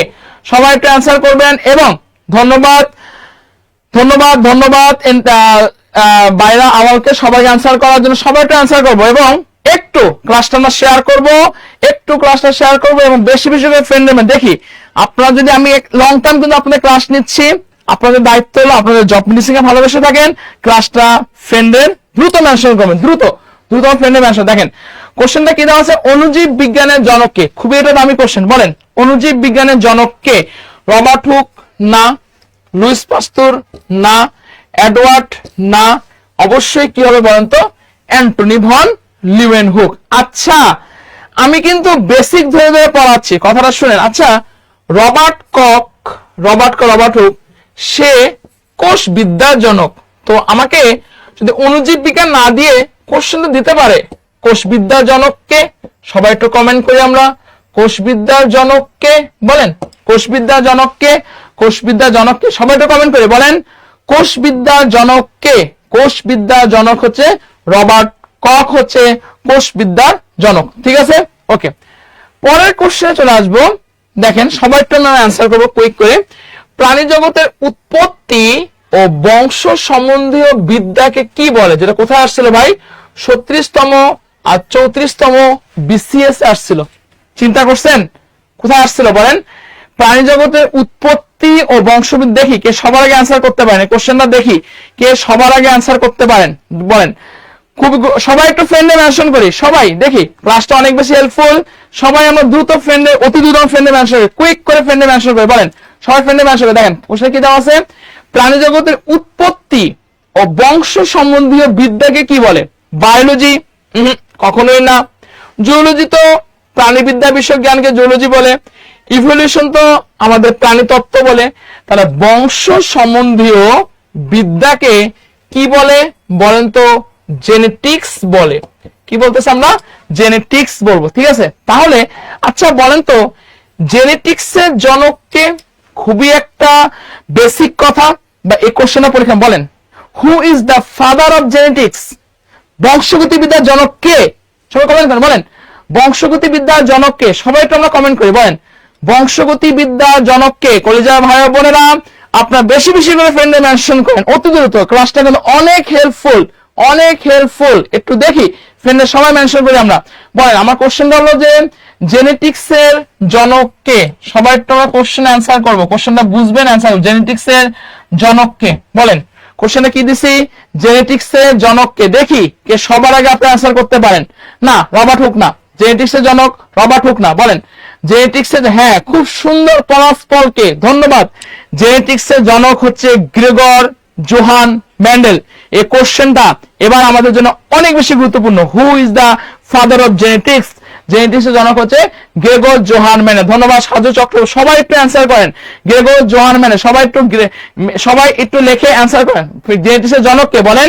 গ্রেগর জোহান মেন্ডেল হচ্ছে জেনেটিক্স এর জনক। ঠিক আছে, ওকে। পরের কোশ্চেনে আমি চলে আসবো। অ্যানাটমি শব্দের অর্থ কি? আচ্ছা, এই অ্যানাটমি শব্দটা কি জানেন? যারা হচ্ছে যে মেডিকেল সায়েন্সে পড়ে না তাদের কিন্তু ফার্স্ট ইয়ার সেকেন্ড ইয়ার কিন্তু অ্যানাটমি পড়ায়। ঠিক আছে, দেখেন কলিজার ভাই বোনেরা আমরা একটু ফ্রেন্ডে দ্রুত মেনশন করি। আমি একটা কথাই বলবো, বিজ্ঞান নিয়ে ভয়, বিজ্ঞান করে দিল অজ্ঞান, এ কথা আর নয়। বিজ্ঞানকে ভালোভাবে বোঝার জন্য আছে কে? Job medicine. ঠিক আছে, ওকে। দেখেন এখানে যে কোশ্চেনটা পরীক্ষার মধ্যে দিছে অ্যানাটমি শব্দের অর্থ কি? সবাই একটু অ্যান্সার করেন বলেন অ্যানাটমি শব্দের অর্থ কি? সাদৃশ্য? কখনোই না। স্নায়ুতন্ত্র? কখনোই না। অঙ্গ সঞ্চালন? কখনোই না। তাহলে অ্যান্সার কি হবে? সবাই তোমরা কথা বলে বলেন অ্যান্সারটা তাহলে কি হবে? সবাই একটু কথা বলে আমরা অ্যান্সারটা তাহলে কি হবে বলেন। অ্যানাটমি শব্দের অর্থ কি? সবাই একটু কমেন্ট করে বলেন অ্যানাটমি শব্দের অর্থ কি? বলেন অ্যানাটমি শব্দের অর্থ কি? সবাই দ্রুত ঝটপট কমেন্ট করে বলেন দ্রুত ঝটপট কমেন্ট করে বলেন অ্যানাটমি শব্দের অর্থ কি? সবাই একটু কমেন্ট করি আমরা অ্যানাটমি শব্দের অর্থ কি বলেন। ধন্যবাদ, সবাই অ্যান্সার করতেছেন, আমরা সবাই অ্যান্সার করবো। বলেন অ্যানাটমি শব্দের অর্থ কি? সবাই একটু আমরা কমেন্ট করবো। সাদৃশ্য নাম, স্নায়ুতন্ত্র নাম, অবশ্যই অ্যান্সার কি হচ্ছে? হ্যাঁ ধন্যবাদ। অ্যানাটমি শব্দের অর্থ হচ্ছে কি বলেন তো? অ্যানাটমি শব্দের অর্থ হচ্ছে আমাদের শারীরবিদ্যা। সবার আগে অ্যান্সার করছেন, ধন্যবাদ। অনেকে শারীরিক কবি, ধন্যবাদ। শরীফুল ইসলাম, সবাই অ্যান্সার। অ্যানাটমি শব্দের অর্থটা কি? অ্যানাটমি শব্দের অর্থ হচ্ছে আমাদের শারীরবিদ্যা। খুব সুন্দর, ওকে। পরের কোশ্চেনে আমি চলে আসবো। সবাই একটু দ্রুত ঝটপট করে অ্যান্সার করার চেষ্টা করি, সবাই একটু দ্রুত ঝটপট করে অ্যান্সার করার চেষ্টা করি। পরের কোশ্চেনে দেখেন পিসিকালচার বলতে কি বোঝায়? সবাই একটু অ্যান্সার করো ফ্রেন্ডের, সবাই একটু মেনশন করে, সবাই একটু মেনশন করো বলেন পিসিকালচার বলতে কি বোঝায়? সবাই একটু কমেন্ট করে বলেন পিসিকালচার বলতে কি বোঝায়? হাঁস মুরগি পালন, মৌমাছি পালন, মৎস্য চাষ নাকি রেশম চাষ? করে যাও ভাই বোনেরা একটু সবাই আমরা ফ্রেন্ডে মেনশন করে বলেন পিসিকালচার বলতে কি বুঝি? হাঁস মুরগি পালন মানে কিন্তু হাঁস মুরগি পালন মানে কিন্তু পিসিকালচার না। মৌমাছি পালন কিন্তু পিসিকালচার না। রেশম চাষ মানেও কিন্তু পিসিকালচার না। ঠিক আছে, তাহলে অ্যান্সার তাহলে কি হচ্ছে বলুন তো? আমাদের পিসিকালচার বলতে তাহলে কি বুঝি বলেন তো? পিসিকালচার বলতে আমরা তাহলে কি বুঝি? অবশ্যই মৎস্য, কোথায় আসছিল আমাদের 23তম বিশেষে আসছিল, ঠিক আছে? তাহলে মৎস্য চাষ, তাহলে মৎস্য চাষ, হ্যাঁ, এই মৎস্য চাষকে আমি কি বলবো? পিসিকালচার বলবো। এই চাষগুলো থেকে কোশ্চেন কিন্তু পরীক্ষার মধ্যে দেয়, যেমন এপিকালচার কি, তারপর এভিকালচার কি। একটু সবাই একটু কমেন্ট করেন তো করে যা ভাই বোনেরা, এপিকালচার, এপিকালচার বলতে কি বুঝো? সবাই তোমরা কমেন্ট করে বলেন এপিকালচার। এপিকালচার মানে হচ্ছে কি? সবাই তোমরা কমেন্ট করে দেখে সবার আগে কমেন্ট করতে পারেন, বলেন এপিকালচার মানে কি? এপিকালচার মানে কি? কলেজের ভাই বোনেরা সবাই কমেন্ট করে, সবাই ফ্রেন্ডে দ্রুত মেনশন করে, মনে মনে আনসার করছেন দেখি। হ্যাঁ, বলেন তো এপিকালচার মানে কি? সবাই একটু কমেন্ট করে বলেন এপিকালচার মানে কি? এপিকালচার মানে হচ্ছে মৌমাছি চাষ। এই ধরনের কোশ্চেন কিন্তু পরীক্ষার মধ্যে আমাদের দেয়। এপিকালচার মানে কি? কলেজের ভাই বোনেরা কমেন্ট করে তো, এপিকালচার মানে হচ্ছে মৌমাছি চাষকে আমি কি বলবো বলেন তো? মৌমাছি চাষকে আমি কি বলবো? এপিকালচার বলবো। 22 আনসার কত? গ। 22 আনসার গ। ওকে, পরের কোশ্চেন, এভিকালচার বলতে কি বুঝো? সবাই একটু আনসার করে বলেন এভিকালচার বলতে কি বুঝো? কলিজা ভাই বোনেরা, আজকের ক্লাসটা অনেক বেশি হেল্পফুল একটা ক্লাস। আমরা দ্রুত দ্রুত ফ্রেন্ডের মেনশন করে, অতি দ্রুত ক্লাসটা শেয়ার করে দেয়, অতি দ্রুত আমার ফ্রেন্ডের। মাশাআল্লাহ আপনাদের রেসপন্স, মাশাআল্লাহ, আলহামদুলিল্লাহ, আল্লাহ আপনার কাছে অশেষ অশেষ মেহেরবানি। আপনারা অনেক সুন্দর আপনারা রেসপন্স করতেছেন জব মিশন ক্লাসে, ঠিক আছে? দেখেন পরের কোশ্চেন আমাদের কি দেওয়া আছে? এভিকালচার। এভিকালচার বলতে কি বুঝায়? পক্ষীশালা ব্যবস্থাপনা? না। বিনোদন চর্চা? না। উদ্যান সংক্রান্ত বিষয় বলি? না। তাহলে আমাদের এভিকালচার বলতে আমরা কি বুঝাচ্ছি বলেন সবাই? এভিকালচার বলতে আমরা পাখি পালন সংক্রান্ত বিষয়ের দিকে, ধন্যবাদ বিনতে হাসানকে, তারপর উজ্জ্বল মন্ডলকে, মিজানকে, ঠিক আছে? তাহলে হ্যাঁ, তাহলে এভিকালচার বলতে আমরা কি বুঝাচ্ছি? পাখি পালন সংক্রান্ত বিষয় দিকে বলতেছি। ওকে, 24 নম্বর কোশ্চেন, জীববিজ্ঞানের প্রধান শাখা দুটি কি কি? দেখি সবার কাছ থেকে তো জানতে চাচ্ছি, খুবই একটা বেসিক কোশ্চেন। জীববিজ্ঞানের প্রধান দুটি শাখা কি কি? এটা কোথায় আসছিল? মাধ্যমিক বিদ্যালয়ের সহকারী শিক্ষকে আসছিল। খুবই গুরুত্বপূর্ণ কোশ্চেন। আমাদের জীববিজ্ঞানের প্রধান দুটো, দ্যাট মিনস দেখেন আমি কিন্তু আপনাদের বলি বায়োলজি। বায়োলজি মানে কি? জীববিদ্যা, তাই না? এর প্রধান দুটো শাখা কি? দেখেন এর প্রধান দুটো শাখা হচ্ছে যে, একটা হচ্ছে উদ্ভিদ বিদ্যা, একটা হচ্ছে বোটানি, আর একটা হচ্ছে আমাদের জুলজি। একটা হচ্ছে বোটানি, এটা কি বলছে বলেন তো? জুলজি। ক্লিয়ার? জীববিজ্ঞানের প্রধান দুটা শাখা কি কি? ধন্যবাদ হাফিজ আকন্দকে, সবার আগে আপনি আনসার করেছেন। জীববিজ্ঞানের প্রধান দুটি শাখা হচ্ছে 24 আনসার ঘ, জুলজি এবং বোটানি। ওকে, পরের কোশ্চেনে চলে আসবো, মানুষের বৈজ্ঞানিক নামটা কি? আমি এই কোশ্চেনের আনসারটা দিব না, কারণ এই কোশ্চেনটা আমি অলরেডি পড়ায় ফেলেছি। এই কোশ্চেনটা কোথায় আসছে দেখেন, ডাক অধিদপ্তরে এস্টিমেটের উপর, খুবই একটা চুজি একটা ডিপার্টমেন্ট ডাক অধিদপ্তর, এখানে আসছিল মানুষের বৈজ্ঞানিক নাম কি। শুধু মানুষ না, আপনাদের বেশ কটা বৈজ্ঞানিক নাম জানতে হবে, রুইমাছের নাম জানতে হবে, তারপরে চক্কিমি বৈজ্ঞানিক নাম জানতে হবে, গরুর বৈজ্ঞানিক নাম জানতে হবে, তারপর যে সিংহের বৈজ্ঞানিক নাম জানতে হবে। তো আমার এখানে কোশ্চেন নাম আছে, মানুষের বৈজ্ঞানিক নামটা কি? হোমো ইরেক্টাস কখনোই মানুষের বৈজ্ঞানিক নাম না। হোমো হ্যাবিলস এটাও না। হোমো নেয়ারডার্থালিস এটাও না। আমি কিন্তু বারবার পড়াইছিলাম মানুষের বৈজ্ঞানিক নামটা কি। সবাই একটু কথা বলেন তো, মানুষের বৈজ্ঞানিক নামটা হচ্ছে, আমার কলিজার ভাই বোনেরা, মানুষের বৈজ্ঞানিক হোমো স্যাপিয়েন্স। মানুষের বৈজ্ঞানিক নামটা কি? সবাই একটু কথা বলি, হোমো স্যাপিয়েন্স। ধন্যবাদ শামসুন নাহারকে, সবার আগে আপনি আনসার করছেন। শামসুন নাহার, শারিন, ধন্যবাদ। চায়না, তারা মানুষের বৈজ্ঞানিক নামটা কি বলেন তো? Homo sapiens. সবাই একটা আনসার করবো, ঠিক আছে? ওকে, 26 নম্বর কোশ্চেন দেখেন, জীববিজ্ঞানের খুবই দামি কোশ্চেন। জীববিজ্ঞানের যে শাখায় বাহ্যিক আর অভ্যন্তরীণ গঠন নিয়ে আলোচনা করা হয় তার নাম কি? যেটা কোথায় আসছিল? পল্লী বিদ্যুতায়ন বোর্ড সহকারী সচিবে 2023 কোশ্চেনটা আমাদের আসছিল। খুবই দামি একটা কোশ্চেন। শেষ সময় আমরা একটু দ্রুত ফ্রেন্ডদেরকে, দেখেন লং টাইম ধরে কিন্তু আপনাদের সামনে ক্লাস নিচ্ছি, অনেক তথ্যপূর্ণ একটা ক্লাস নিচ্ছি, কিছুই চাই না, যা শুধু বেশি বেশি ফ্রেন্ডে মেনশন করেন শেষ মুহূর্তে। যে কয়েকদিন শেষ মুহূর্তে ক্লাস করতেছেন, অতি দ্রুত ফ্রেন্ডে মেনশন করবে, শেষ মুহূর্তে ক্লাসটা মেনশন করবো, ক্লাসটা টাইমলাইনে শেয়ার করব, ঠিক আছে? দেখেন প্রশ্নটা দেওয়া আছে, জীববিজ্ঞানের যে শাখায় জীবের বাহ্যিক ও অভ্যন্তরীণ গঠন নিয়ে আলোচনা করা হয় তাকে কি বলে? হিস্টোলজিতে কখনোই বলা হবে না, ঠিক আছে? তারপর হচ্ছে যে ফিজিওলজি কখনোই বলা হবে না। অ্যানাটমি তো আমি আপনাদের পড়াইছিলাম, শরীর বিজ্ঞানে যদি আলোচনা করা হয় সেটা আমাদের অ্যানাটমি, তাই না? তো জীববিজ্ঞানের এমন একটা শাখা আছে যে শাখায় আমাদের বাহ্যিক আর অভ্যন্তরীণ গঠন নিয়ে আলোচনা করা হয়, সেটাকে আমি কি বলবো? মরফোলজি বলবো। সবাই একটু কথা বলেন তো আমার কলিজার ভাই ও বোনেরা, সেটাকে আমি কি বলবো? মরফোলজি। মরফোলজি এমন একটা সাবজেক্ট যেখানে কি করা হচ্ছে, বাহ্যিক আর অভ্যন্তরীণ গঠন নিয়ে আলোচনা করা হয়। কলিজার ভাই বোনেরা, শেষ সময় একটু ক্লাসটা টাইমলাইনে আমরা শেয়ার করে দিই, কারণ আজকের ক্লাসে এতটা বেশি তথ্যবহুল, বিজ্ঞান নিয়ে অজ্ঞান আর নয়। বিজ্ঞানকে জয় করার জন্য আছে কে? Chop medicine. ঠিক আছে, ওকে। ধন্যবাদ বিশ্বাস সাধনাকে, ধন্যবাদ। তাহলে যে কথা বলছিলাম, বিজ্ঞানের যে শাখায় বাহ্যিক আর অভ্যন্তরীণ গঠন আলোচনা করা হয় সেটাকে আমরা কি বলি বলেন তো? মরফোলজি বলি। আজকে একেবারে লাস্ট কোশ্চেন, সেরিকালচার বলতে কি বুঝি? সবাই একটা গুরুত্বপূর্ণ কোশ্চেন, সবাই একটু বলেন সেরিকালচার বলতে কি বুঝায়? সবাই একটু আমরা কমেন্ট করো, বলেন সেরিকালচার বলতে কি বুঝায়? দেখেন, পাখি পালন বিদ্যাকে সেরিকালচার তো বলেই না, মৌমাছি পালন বিদ্যাকেও সেরিকালচার বলে না, উদ্যান বিদ্যাকেও সেরিকালচার বলে না। আমি এই কোশ্চেনের আনসার আমি সবার কাছ থেকে জানতে যাচ্ছি, সেরিকালচার মানে কি? সবাই যে কজনে ক্লাস করতেছেন সবাই কমেন্টটা করবেন, সেরিকালচার কি বলেন। সবাই একটু কমেন্ট করবেন, সেরিকালচার কি? সবাই কমেন্ট করবেন, বলেন সেরিকালচার। ধন্যবাদ সাইদুর রহমান, তারপর নার্গিস, উজ্জ্বল মন্ডল, মাশাল্লাহ। ঠিক আছে, সবাই আমরা করতেছি। তাহলে সেরিকালচার মানে কি? সবাই কমেন্ট করেন। ধন্যবাদ নূর ইসলামকে, আপনি সবাই অ্যান্সার করছেন। সেরিকালচার মানে হচ্ছে আমাদের রেশম চাষ। সেরিকালচার মানে কি বলেন তো? রেশম চাষ। ঠিক আছে, তো দেখেন আজকে আমি টোটাল 27টা কোশ্চেন পড়াইছি। বিজ্ঞান পার্টটা এরকম করে পড়তে, প্রত্যেকটা অপশন আপনাকে বুঝে পড়তে হবে। যদি প্রত্যেকটা অপশন বুঝে পড়েন, বিজ্ঞান নিয়ে আর অজ্ঞান হবেন না, বিজ্ঞানে একটা ভালো নম্বর ক্যারি করতে পারবেন। আর বিজ্ঞানে ভালো নম্বর ক্যারি করতে পারলে কিন্তু আমাদের স্বপ্নের একটা চাকরি কিন্তু নিশ্চিত করা অনেক দূর কিন্তু আমরা আগায় যাই। ঠিক আছে, তো আজকের এই ক্লাসটা আপনাদের কতটুকু হেল্পফুল হলো, আমার এই ক্লাসটা কতটুকু ভালো লেগেছে, সবাই একটু আমরা কমেন্ট বক্সে কমেন্ট করে জানাই দিই। আজকের এই ক্লাসটা আপনাদের কতটুকু সহযোগিতা ছিল এবং কতটুকু ভালো লেগেছে, ঠিক আছে, আমরা একটু সবাই কমেন্ট বক্সে জানাই দিই।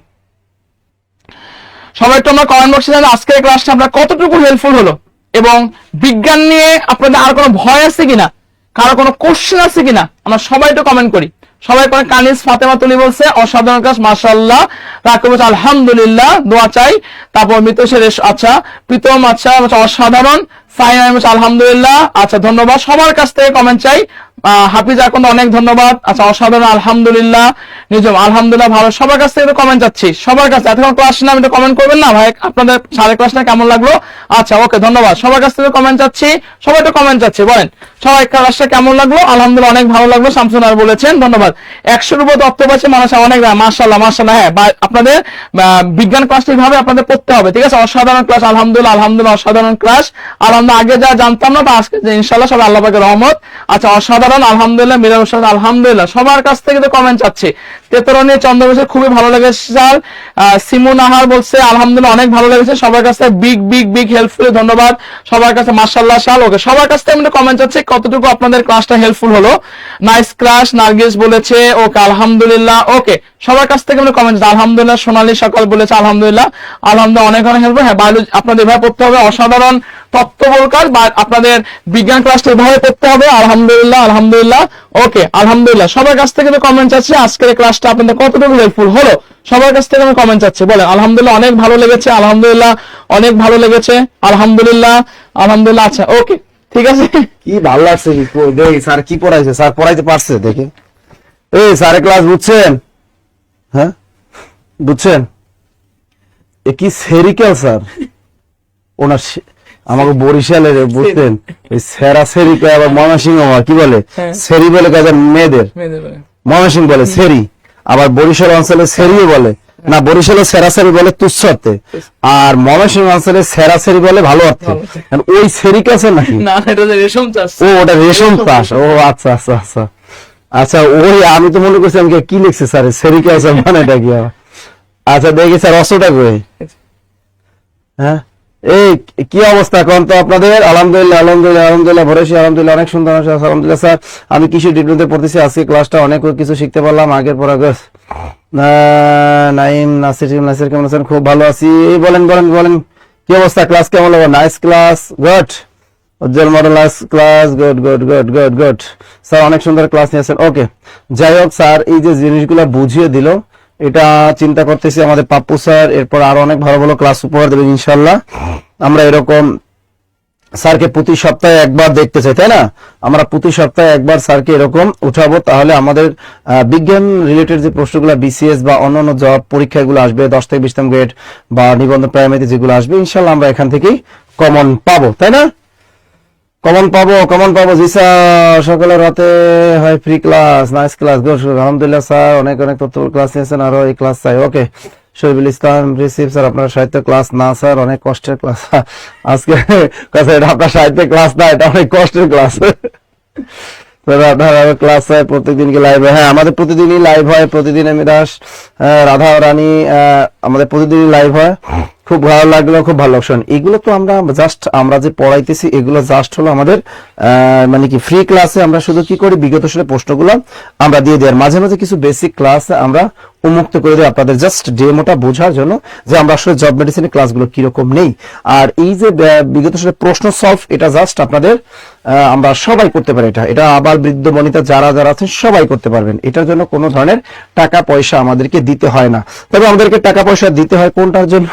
যেটা বেসিক ক্লাস, যেটা আমাদের বেসিক ক্লাস, সেটার জন্য কিন্তু আমাদের অবশ্যই টাকা পয়সা দিতে হয়, মনে থাকবে।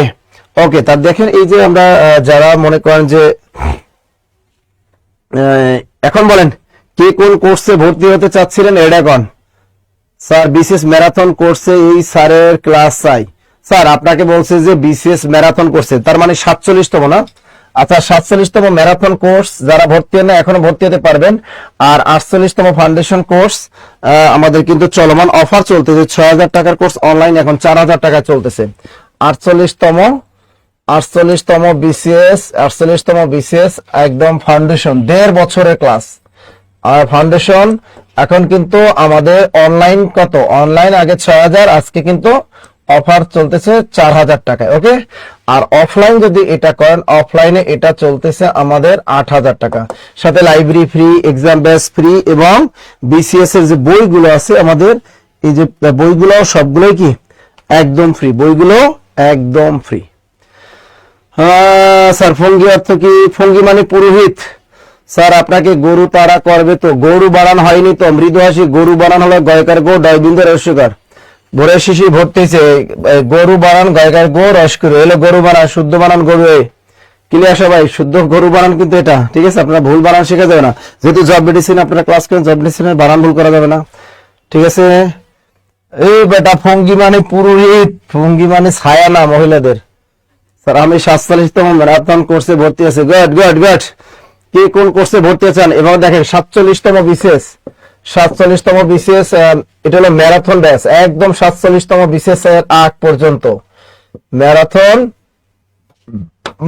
এটা হলো ম্যারাথন ব্যাচ। আর এটার কোর্স ফি হলো 3000 টাকা থেকে কমে একদম 2000 টাকা করা হয়েছে। এটা কত? 2000 টাকা করে দেওয়া হলো।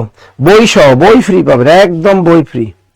স্যার ফারজানা মিমি, স্যার আমি নিবন্ধন কোর্সে ভর্তি আছি, এখন প্রাইমারি কোর্সে ভর্তি হতে চাচ্ছি, কত টাকা পেমেন্ট করতে হবে? আপনাকে বেশি না, মেহেদি খান, মাত্র 1050 টাকা পে করতে হবে, মাত্র 1050 টাকা পে করতে হবে। যারা বিসিএস ম্যারাথন কোর্সে আছে তাদের কোনো প্রাইমারিতে ভর্তি হওয়ার দরকার নাই, কোনো নিবন্ধনে ভর্তি হওয়ার দরকার নাই, কারণ বিসিএস কোর্সে ভর্তি মানে আপনি অন্যগুলা কোর্স সব পানি হয়ে যাবে আপনার কাছে। দেখি মেহেদি খান, আপনার জন্য 1050 টাকা, 1050 টাকা। ওকে, আচ্ছা দেখেন এরপরে যে এই হলো আমাদের বিসিএস এর কাহিনী। এবং প্রাইমারি ফাউন্ডেশন যদি থাকে কারো, প্রাইমারি ফাউন্ডেশন ব্যাচ, একদম প্রাইমারি পরীক্ষার আগ পর্যন্ত সব ক্লাস পরীক্ষা চলবে, ডাবল 156টা ক্লাস, 156টা ক্লাস। আর এটার কোর্স ফি হলো 3000 টাকা। কত? 3000 টাকা। এককালীন যদি পরিশোধ করেন একসাথে, তাহলে আপনাকে এটা দিতে হবে 2000 টাকা। কত টাকা? 2000 টাকা পে করতে হবে। আর অফলাইনে ভর্তি হলে আপনাকে পে করতে হবে 5000 টাকা। অফলাইন ভর্তি হলে এটা অনলাইনটা পাবেন ফ্রি, এবং বইগুলো সব ফ্রি পাবেন। স্যার ছেলেরা অনেক মজা করছে, বরিশাল কবে আসবেন? স্যার সুলতানা খানম, আমি বরিশাল গেলে তুমি কি খাওয়াবা কত?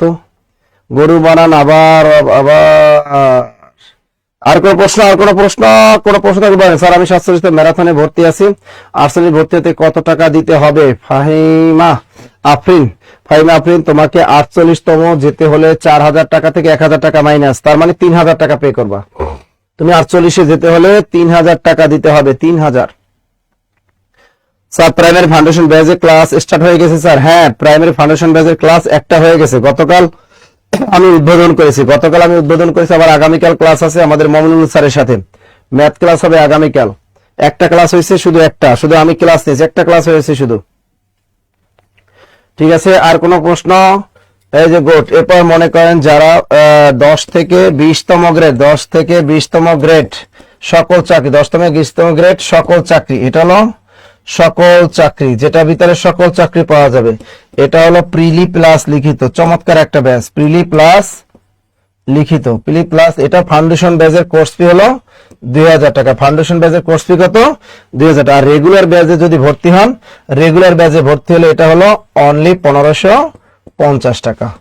আর আমাদের অফলাইনে ভর্তি হলে 5000 টাকা। ক্লিয়ার?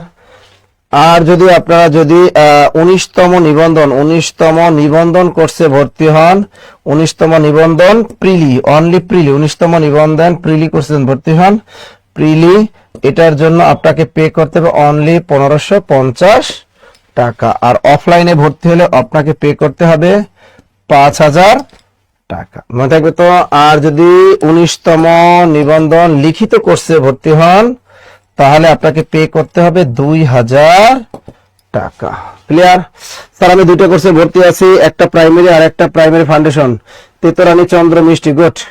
আর কোনো প্রশ্ন? স্যার আমি প্রাইমারি 9 চাচ্ছি, সেক্ষেত্রে আমি কোন ব্যাচে? স্যার আমি প্রাইমারি ও 19তম নিবন্ধন দিতে চাচ্ছি, সেক্ষেত্রে আমি কোন ব্যাচে ভর্তি হব?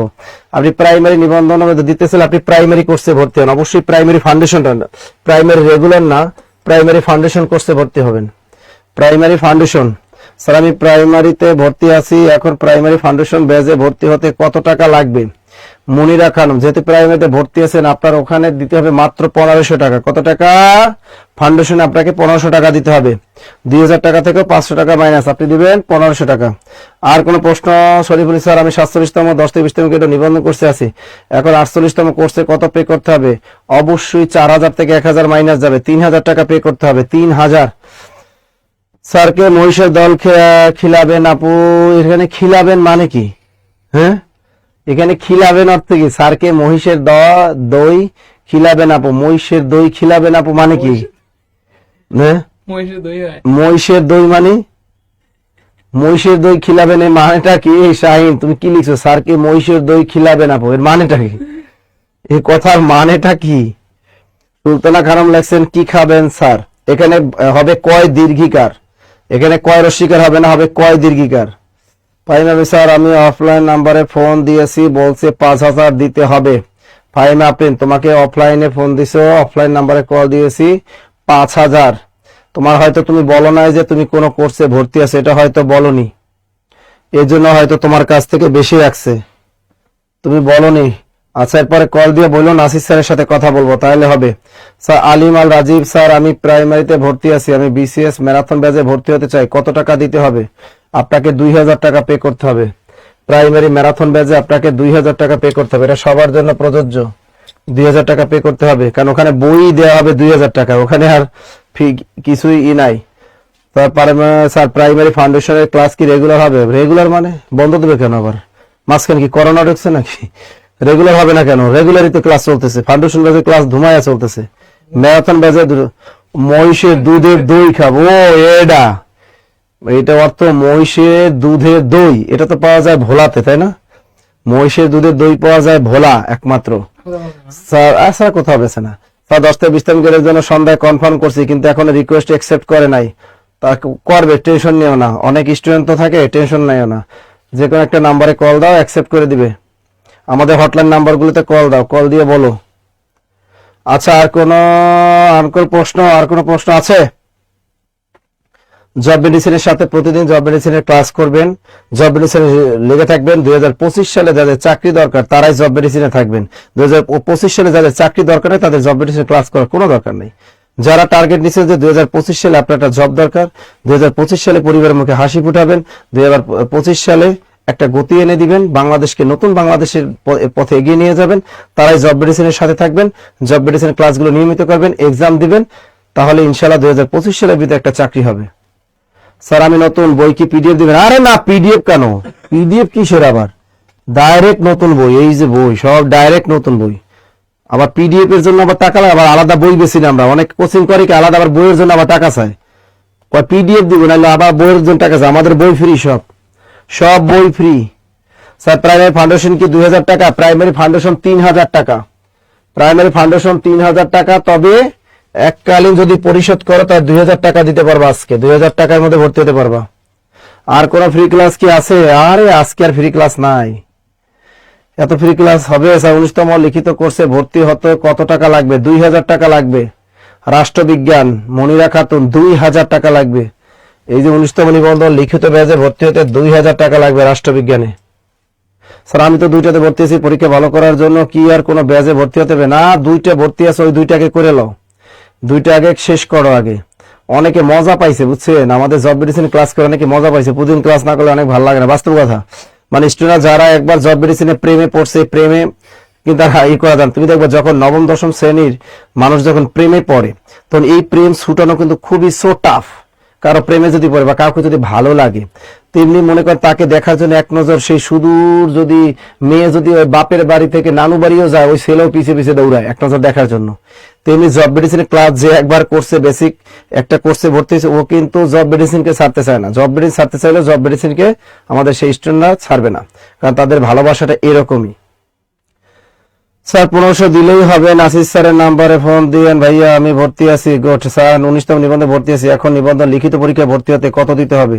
যেহেতু আপনি 19তম নিবন্ধনে ভর্তি আছেন, লিখিততে ভর্তি হতে আপনি 1500 টাকা দিলেই হবে। হ্যাঁ, আপনি 1500 টাকা দিয়ে দেন। পুরাতন যারা আছেন তারা 1500 টাকা। বেকারদের কাছ থেকে আমরা টাকা নিই না, আপনাদের কাছে যে টাকা নিই তা ফ্লোর ভাড়া দিতে, টিচার্স পেমেন্ট দিতে, তার বই ফ্রি দিতে দিয়েই শেষ। তারপর আপনারা চাকরি পান, আপনাদের জব হোক, এটা আমরা চাই। রাইট কথা, জব মেডিসিনের ক্লাস না করলে মোটেও ভালো লাগে না, বাস্তব কথা। মানুষ আগে কি করতে চান, আগে মানুষ স্টার জলসা দেখতো, কিন্তু আগে স্টার জলসা দেখতো, বিভিন্ন দুষ্টু কুকুর ডাকের কুকু কুকু গান দেখতো, ঠিক আছে না, এইসব খালি দেখতো। তো এখন মোবাইলে এখন আর মানুষ দেখে না, এখন প্রতিদিন জানে যে জব মেডিসিন ক্লাস দেখলে ভালো লাগে। মনে করেন যে আগে কি করতো, শীতের ভিতরে কম্বলে ঠান্ডার ভিতরে বসে বসে গান দেখতো, এখন আর ওইসব গান দেখে না, এখন পাবলিক কম্বলের ভিতরে বসে বসে আমাদের ভিডিও ক্লাস দেখে। ওই দিনও এক মেয়ে কখন ধরে রাত 12টা না কয়টায় ফোন দিচ্ছে, আমি কি তুমি এত রাতে ফোন দিচ্ছে কি করো? স্যার আপনার কথা মনে পড়ছে। আমি কি তুমি ঘুমাই স্বপ্ন দেখতেছো আমারে? কয় না স্যার আপনার ভিডিও দেখতেছি। আমি ও আমার ভিডিও দেখতেছো? কয় জি স্যার, কম্বলের ভিতরে বসে আপনার ভিডিও দেখতেছি, হাসতেছি, হাসতে হাসতে মানে পুরো গরম হয়ে গেছে, আমি কম্বল ফালাই দিছি। আমি তাহলে নাসির স্যার যদি কম্বলের ভিতরে ঢুকে যায় তাহলে তো তোমার গরম এমনি লাগবে, সেটা মোবাইলের ভিতরে ঢুকি আর জেবের জ্যাবে ঢুকছি তো। জব মেডিসিনের টিচার হয় এখন কম্বলের ভিতরে ঢুকে গেছে, মানে মোবাইলের ভিতরে ঢুকে গেছে। এই বিনোদন থাকতে হবে, পড়াশোনার ভিতরে বিনোদন থাকতে হবে। স্যার 100% ঠিক কথা। সঞ্জয় শাহ স্যার আমি নিবন্ধনে ভর্তি আছি প্রাইমারি। স্যার আমি নতুন বেসিক থেকে পড়তে চাচ্ছি, করণীয় কি? আমি অমি দাস, আপনি অবশ্যই হয় এই ফাউন্ডেশন কোর্সটা, প্রাইমারি ফাউন্ডেশন না হয় 48তম বিসিএস, 48তম বিসিএস ফাউন্ডেশন কোর্সে ভর্তি হতে পারেন, ওইটা সবচেয়ে বেস্ট হবে। প্রাইমারি ফাউন্ডেশন কোর্স একটা হয়ে গেছে ক্লাস, একটা লিখছে সাইদুল স্যার সামনে আসে না কেন? সাইদুল স্যার একটু কক্সবাজার গেছে, গার্লফ্রেন্ড নিয়ে একটু ঘুরতে গেছে আমাদের সাইদুল স্যার। স্যার আমি নিবন্ধনে ভর্তি আছি, প্রাইমারি ফাউন্ডেশনে 1000 টাকা দিয়ে ভর্তি হয়েছি, পিডিএফ বা বই কি পাবো? আরে না, 1000 টাকা দিয়ে কোনোদিন বই পাবা? 1000 টাকা দিয়ে 1000 টাকা দিয়েছেন যারা, তাদের কোনো ফাউন্ডেশনে বই পাইতেন না। আর কোনো প্রশ্ন? নাই, আর কোনো প্রশ্ন নাই তো? ওকে, তাই ভর্তির জন্য আমাদের যে হটলাইন নাম্বারগুলো নিচে দেওয়া আছে, দেখো এই হটলাইন নাম্বারে কল করবে। স্যার 47তম ভর্তি আছি, 10 থেকে 20তম করে ভর্তি হতে ফ্রি কত দিতে হবে? ফ্রি না, ফি দিতে কত দিবে? রাবেয়া খানম আপনাকে ফি কত দিতে হবে? তাই আপনাকে অবশ্যই 1550 টাকা পে করতে হবে, 1550 টাকা পে। ওনা 47 ভর্তি আছেন যেহেতু 10 থেকে 20তম গেট, রেগুলার কোর্সে ভর্তি হলে 1050 দিবেন, আর ফাউন্ডেশন কোর্সে ভর্তি হলে 1550 টাকা দিবেন। ক্লিয়ার? ওকে একটা হয়েছে। ওকে যাই হোক, অনেক রাত হলো, আপনারা অনেক কষ্ট করে ক্লাসগুলো করলেন। সবসময় জব মেডিসিনকে ভালোবাসবেন, জব মেডিসিনের ক্লাসগুলো করবেন ইনশাল্লাহ। আজকের মতো বিদায় নিচ্ছি, আল্লাহ হাফেজ। না, আসলে না।